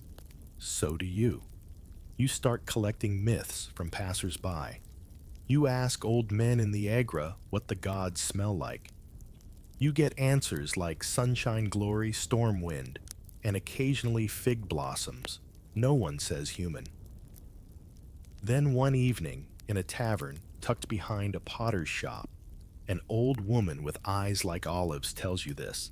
When I was a girl, my mother said that Artemis once cut her own toe on a sharp reed and cursed for 3 days because it got infected. That she bathed in a spring near our village and left the water cloudy. The gods are clean when they want to be, but they bleed when no one's watching. You buy her another drink. You walk home under a sky that's started to cloud over rare these days. You tilt your head back and wonder if the rain will come and whether it'll cleanse the streets or just make the stink rise. Either way, you think it will fall on gods and mortals alike. Because even statues gather dust, and even myths must bathe. You've bathed in rivers scraped with oil and pondered the hygiene habits of gods. But today, the bath isn't for you. Today, you're not the bather, you're the bather's servant. Your friend Aristos, blessed with a wealthy uncle and a complete lack of modesty, has invited you to his family's villa on the edge of the city. He says you'll be helping his uncle with the usual preparations. You arrive expecting to light a brazier or fetch sandals. Instead, you're handed a jug of olive oil, a sponge, and a linen towel and directed toward a tiled courtyard. He prefers a full rub-down after meals. Aristos says, already walking away. Don't forget behind the knees. You stare at the items in your hands. You were not trained for this. The man you're to bathe is called Leontios, a retired hoplite with a belly like a wine cask and a voice that could crack a drinking bowl. He's already reclining on a bench, half draped in fabric, and entirely uninterested in your comfort. You're the boy, then he grumbles, eyeing you. Don't look so alarmed. I've been bathed by uglier. You manage a polite smile and set the jug down. You pour a modest amount of oil into your palm and start with his shoulders. His skin is weathered like old leather left too long in the sun. He sighs. That's it, he says, slow and firm. Not like those amateurs at the bathhouse. They're all elbows and philosophy. You nod, because what else is there to do? He talks as you work. Stories of campaigns in Thrace, arguments with his brother, about land complaints, about the softness of younger generations. He refers to you as young man, though you're older than some generals. Occasionally, he corrects your technique, or just groans in disapproval. You move from his shoulders to his arms, pouring more oil, rubbing it in careful circles. You feel less like a person and more like a sponge with legs. He waves toward his legs.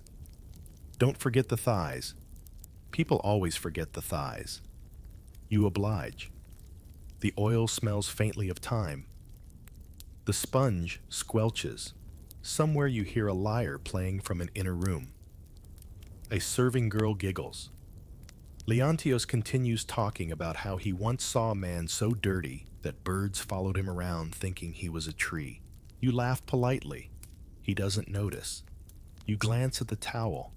It's supposed to be for drying.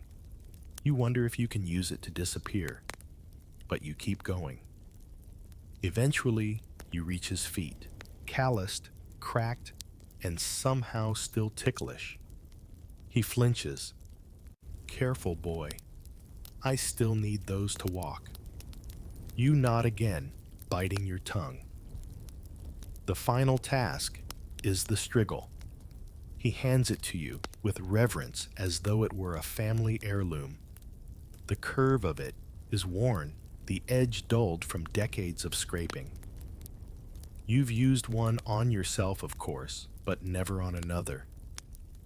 You brace yourself and begin at his neck, scraping lightly. Oil sweat and the faint gray grime of age come away in ribbons. You wipe the strigil clean on a rag and move down. You're doing fine, Leontios says. Most slaves rush it, but not you. You've got the patience of a tortoise.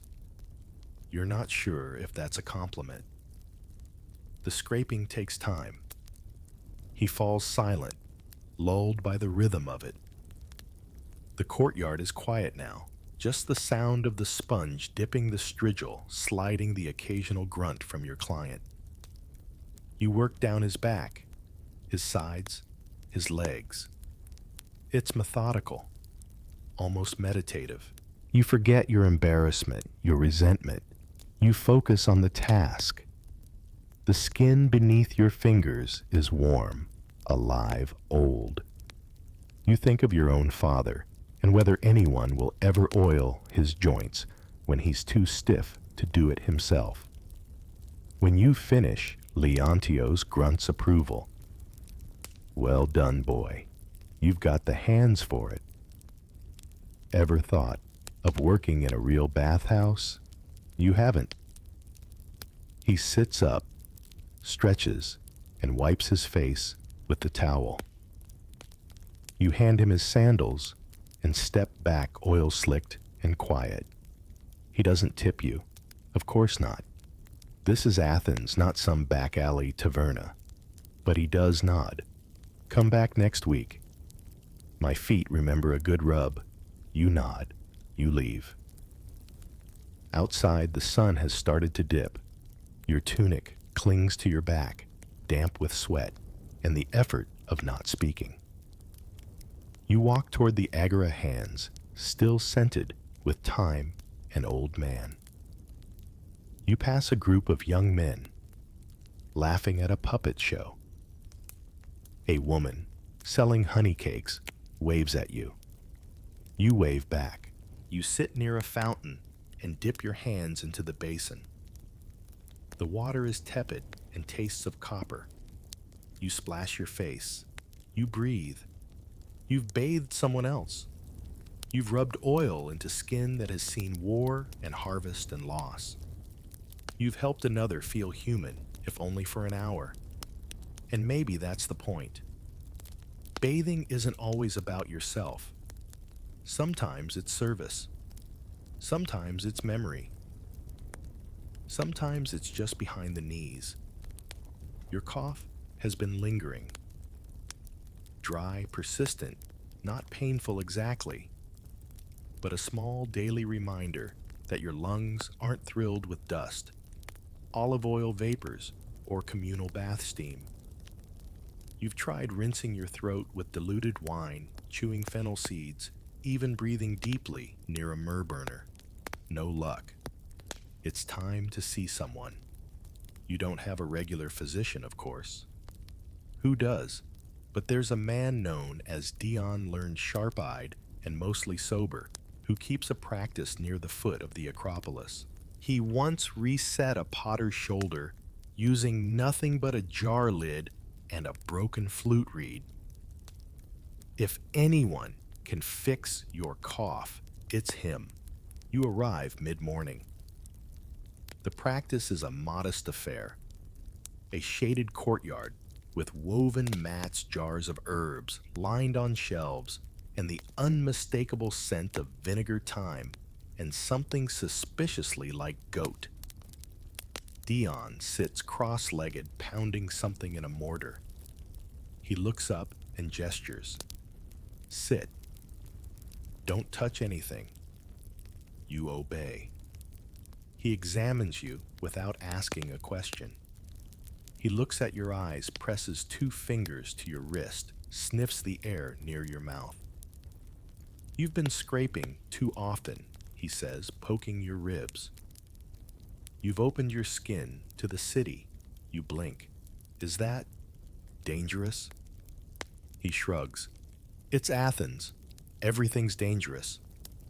He reaches for a wax tablet and scribbles something. You try to peek. It appears to be a doodle of a cat. Your humors are out of balance, he announces. Too much dryness. Your fire is devouring your phlegm. You nod solemnly, as if this makes sense. He prescribes the following: a poultice of boiled onions and pine resin to be rubbed on your chest before bed, a draught of honey vinegar, with a pinch of soot and a temporary suspension of strigil use. Let the oil soak, he says. Don't scrape it off before it has time to think. You ask whether bathing is still allowed. He frowns. Only in rainwater, and only if you can catch it mid-fall. Nothing standing. You glance at the sky. Not a cloud in sight. He prepares your potion. You watch as he measures the ingredients with vague gestures, some by the pinch, others by feel.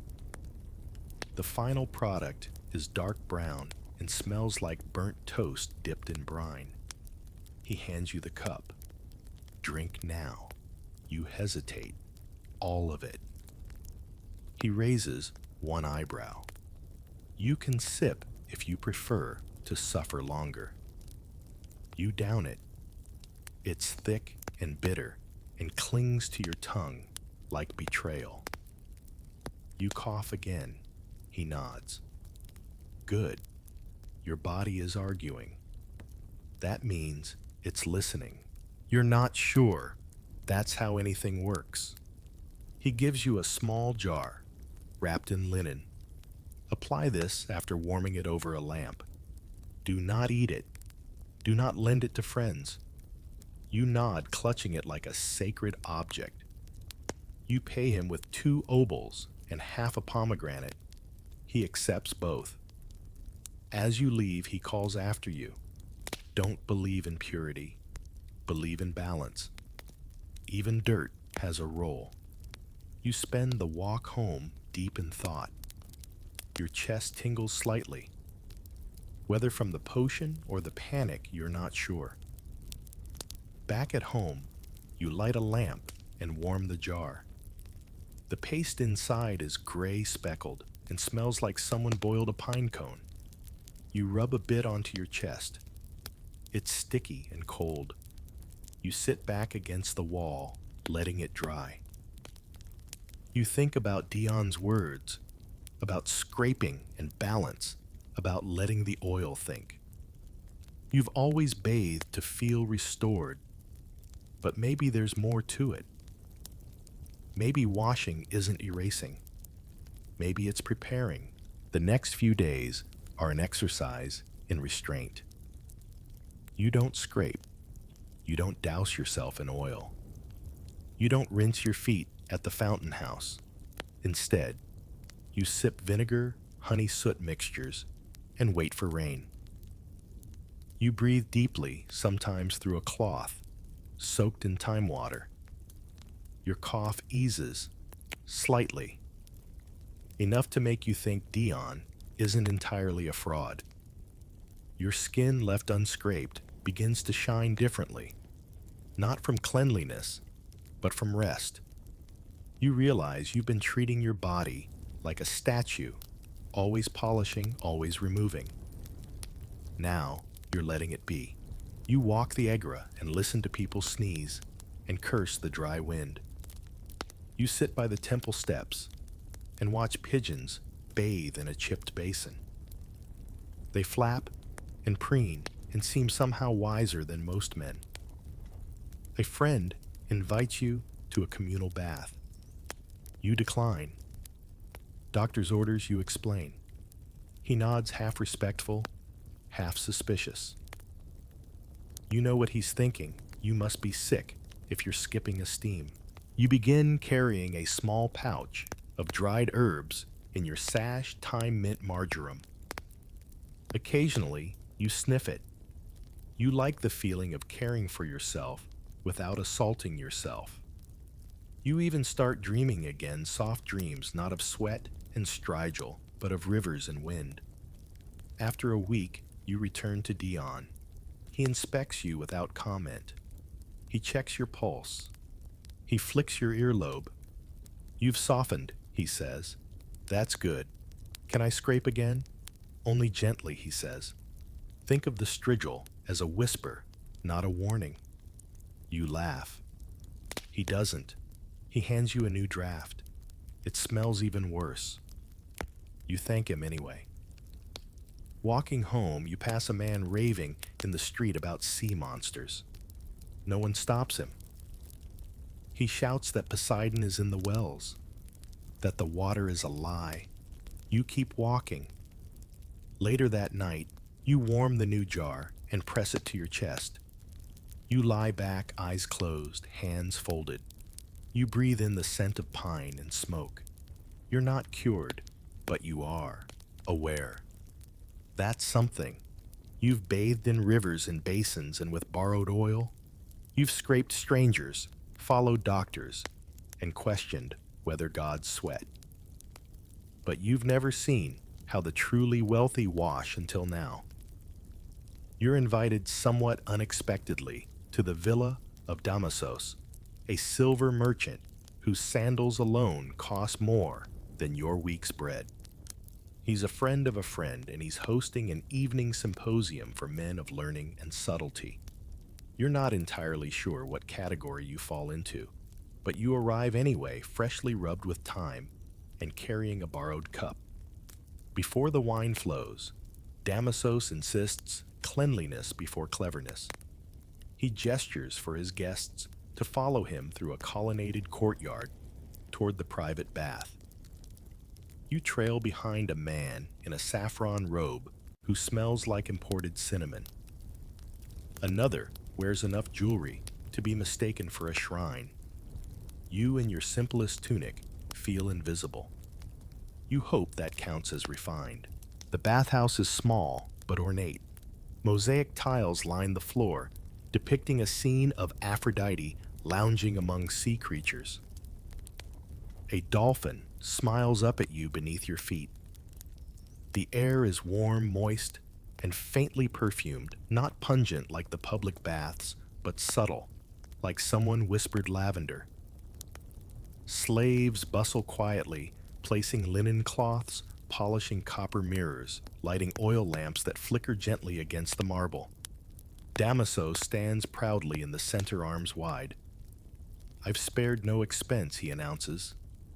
The water is warmed by coal, stirred thrice, and filtered through the cloth, soaked in mint. You nod along with the others, though part of you wonders if any of that actually matters. You're handed a cloth and led to a bench. A young attendant offers you a dab of almond oil. It smells expensive. You hesitate, then accept. You smooth it onto your arms and chest, noting how quickly it absorbs. Not sticky, not stinging, just gone. Someone nearby sighs audibly. "It's like being reborn," he says, reclining with practiced decadence. You step cautiously toward the heated basin. It's not large, barely enough for 4 men at once, but the water gleams. No stray hairs, no bits of leaf, no scum at the edges. You lower yourself in. It's warm, almost unnervingly so. Not the uncertain temperature of public fountains, or the chill of the Ilissos, or the body-warmed murk of crowded bathhouses. This is deliberate warmth, controlled, curated. It wraps around you with intent. You close your eyes. No one speaks. For once, the philosophers are silent. Even the silver merchant lets the stillness settle. After a while, a slave approaches with a carved strigil-polished bone inlaid with bronze. He looks at you, pauses politely, then gestures to begin. You nod.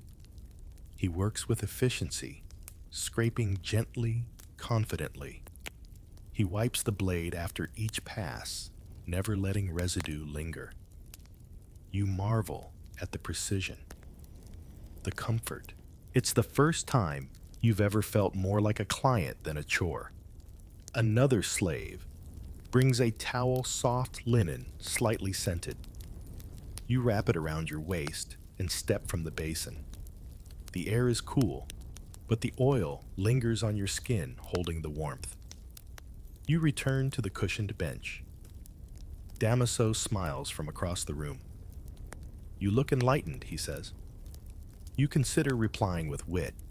but instead you say, I feel clean. He laughs. Good.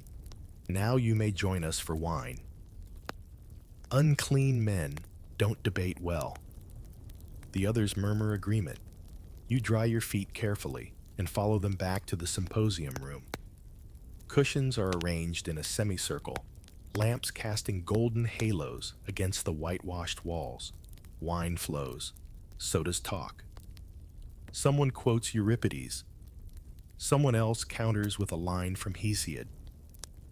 A man with a beaded beard tells a story about Heracles bathing in donkey milk, swearing it's from an ancient tablet kept only in Naxos.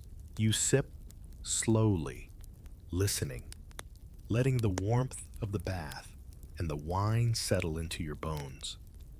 Later, as the fire dims and conversation turns to softer things, regrets, dreams, lost sandals, you find yourself thinking not of the arguments, but of the water. It wasn't just the temperature. It was the quiet, the care, the dignity. In the public baths, you scrape to survive. In rivers, you rinse to remember. But here you bathe as if your body matters not for its utility, but for its being. There's no rush. No eyes watching for your turn. No shouting across steam. Just breath and oil and stillness.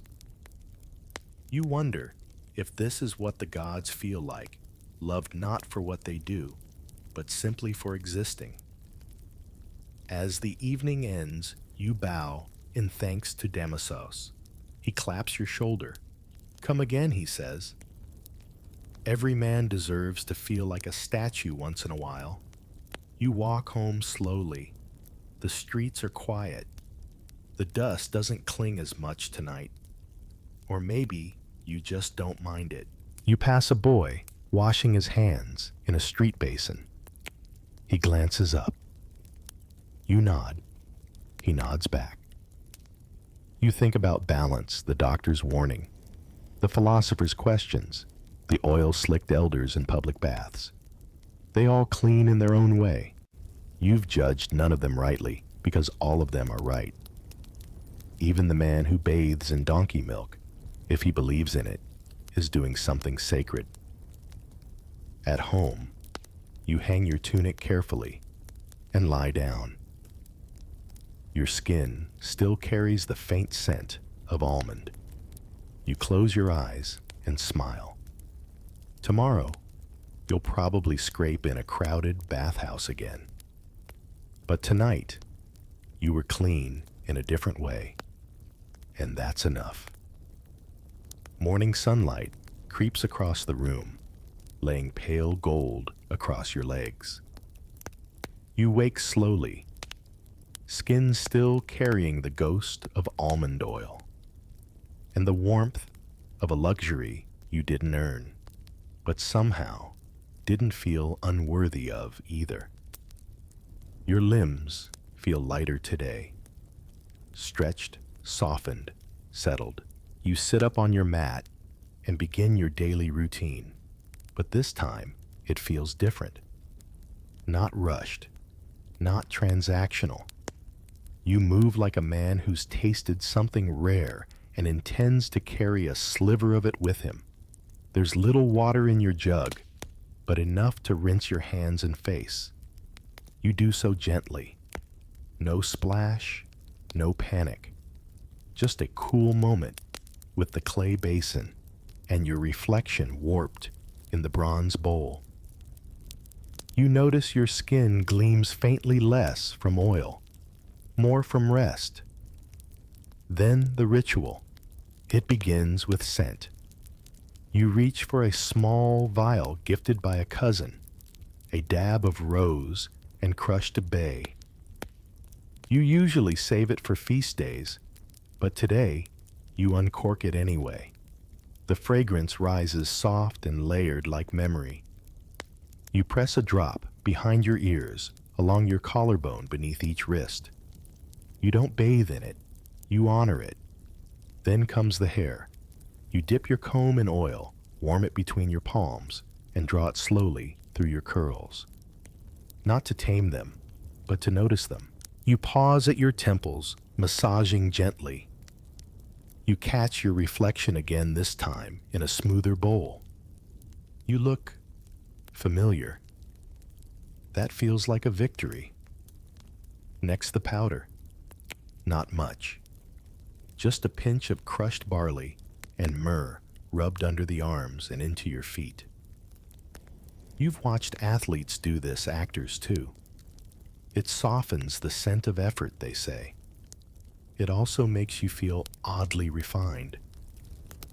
You rub the powder into your heels and smile at the tiny cloud it leaves behind. After scent and powder comes fabric. You pull your tunic over your head. Clean, dry, sun softened, and tie the sash loosely. The cloth hugs your frame differently today. It no longer clings to sweat or sticks to still damp shoulders. It simply rests like it's grateful not to be rushed. You sit on the step outside your home, watching the city wake. Neighbors pass by, some with wet hair, others with damp tunics. One woman is already shouting at her child to hold the water jar straight. You smile. Some rituals are eternal. You spot a young man barefoot, carrying a comb and a rolled cloth, heading toward the fountain house. He carries himself with purpose. You recognize the walk. He's preparing for something, a meeting, a lover, a speech. Whatever it is, he'll arrive with the scent of cedar and the confidence that only follows a well-timed rinse. You walk toward the agora, moving slowly, not out of fatigue, but out of intention. The air is dry, warm, and you walk in rhythm with it. You pass two men debating over an open scroll. One gestures too broadly and knocks over a pot. No one scolds him. Someone laughs. You keep walking. At the corner, near the stoa, you find an apothecary setting up her stall. You stop to ask about scented oils. She offers you a small wooden box. For the final touch, she says, lavender and lemon with a breath of resin. You sniff. It's sharp, clean, full of sun. You buy it without asking the price. You continue your walk, now dappled with purpose. Not to cleanse, not to recover, but to continue. After bath rituals, you realize, aren't about getting clean. They're about staying close to yourself, carrying the calm, the softness, the breath. You return home by midday. The sun has shifted, and so have you. Inside, you lay out your few possessions: your strigil, your sponge, your oil jar, your powder pouch. You clean them, slowly, respectfully. You lay them on a cloth in the sun. They are tools, yes, but they're also something else memory made tangible. You recall the public bath's chaos, the scrape of metal, the slap of sandals on wet stone, then the river, the cool embrace, and then the private basin, the almond oil, the polished silence. Every ritual leaves a trace, a scent, a posture, a pause. You make a cup of warm wine, light a lamp, and sit cross-legged. You breathe, you listen. You hear the market, the doves, the wind, the neighbor singing badly to herself. You smile. Everything continues, but you are not the same man who walked into Damasus's bath, nor the one who waited in line at the public fountain, nor the one who coughed over soot and vinegar. You are this one quiet, still, slightly scented feet, powdered skin content. The lamp flickers. You sip your wine. Outside, boys race by, shouting about figs and monsters. One trips and lands in a puddle. He laughs. His mother yells. Ritual begins anew. You place your tools in a small woven basket, cover them with cloth, and whisper something. Not a prayer exactly, just a thanks. To yourself, perhaps. To your body, for enduring.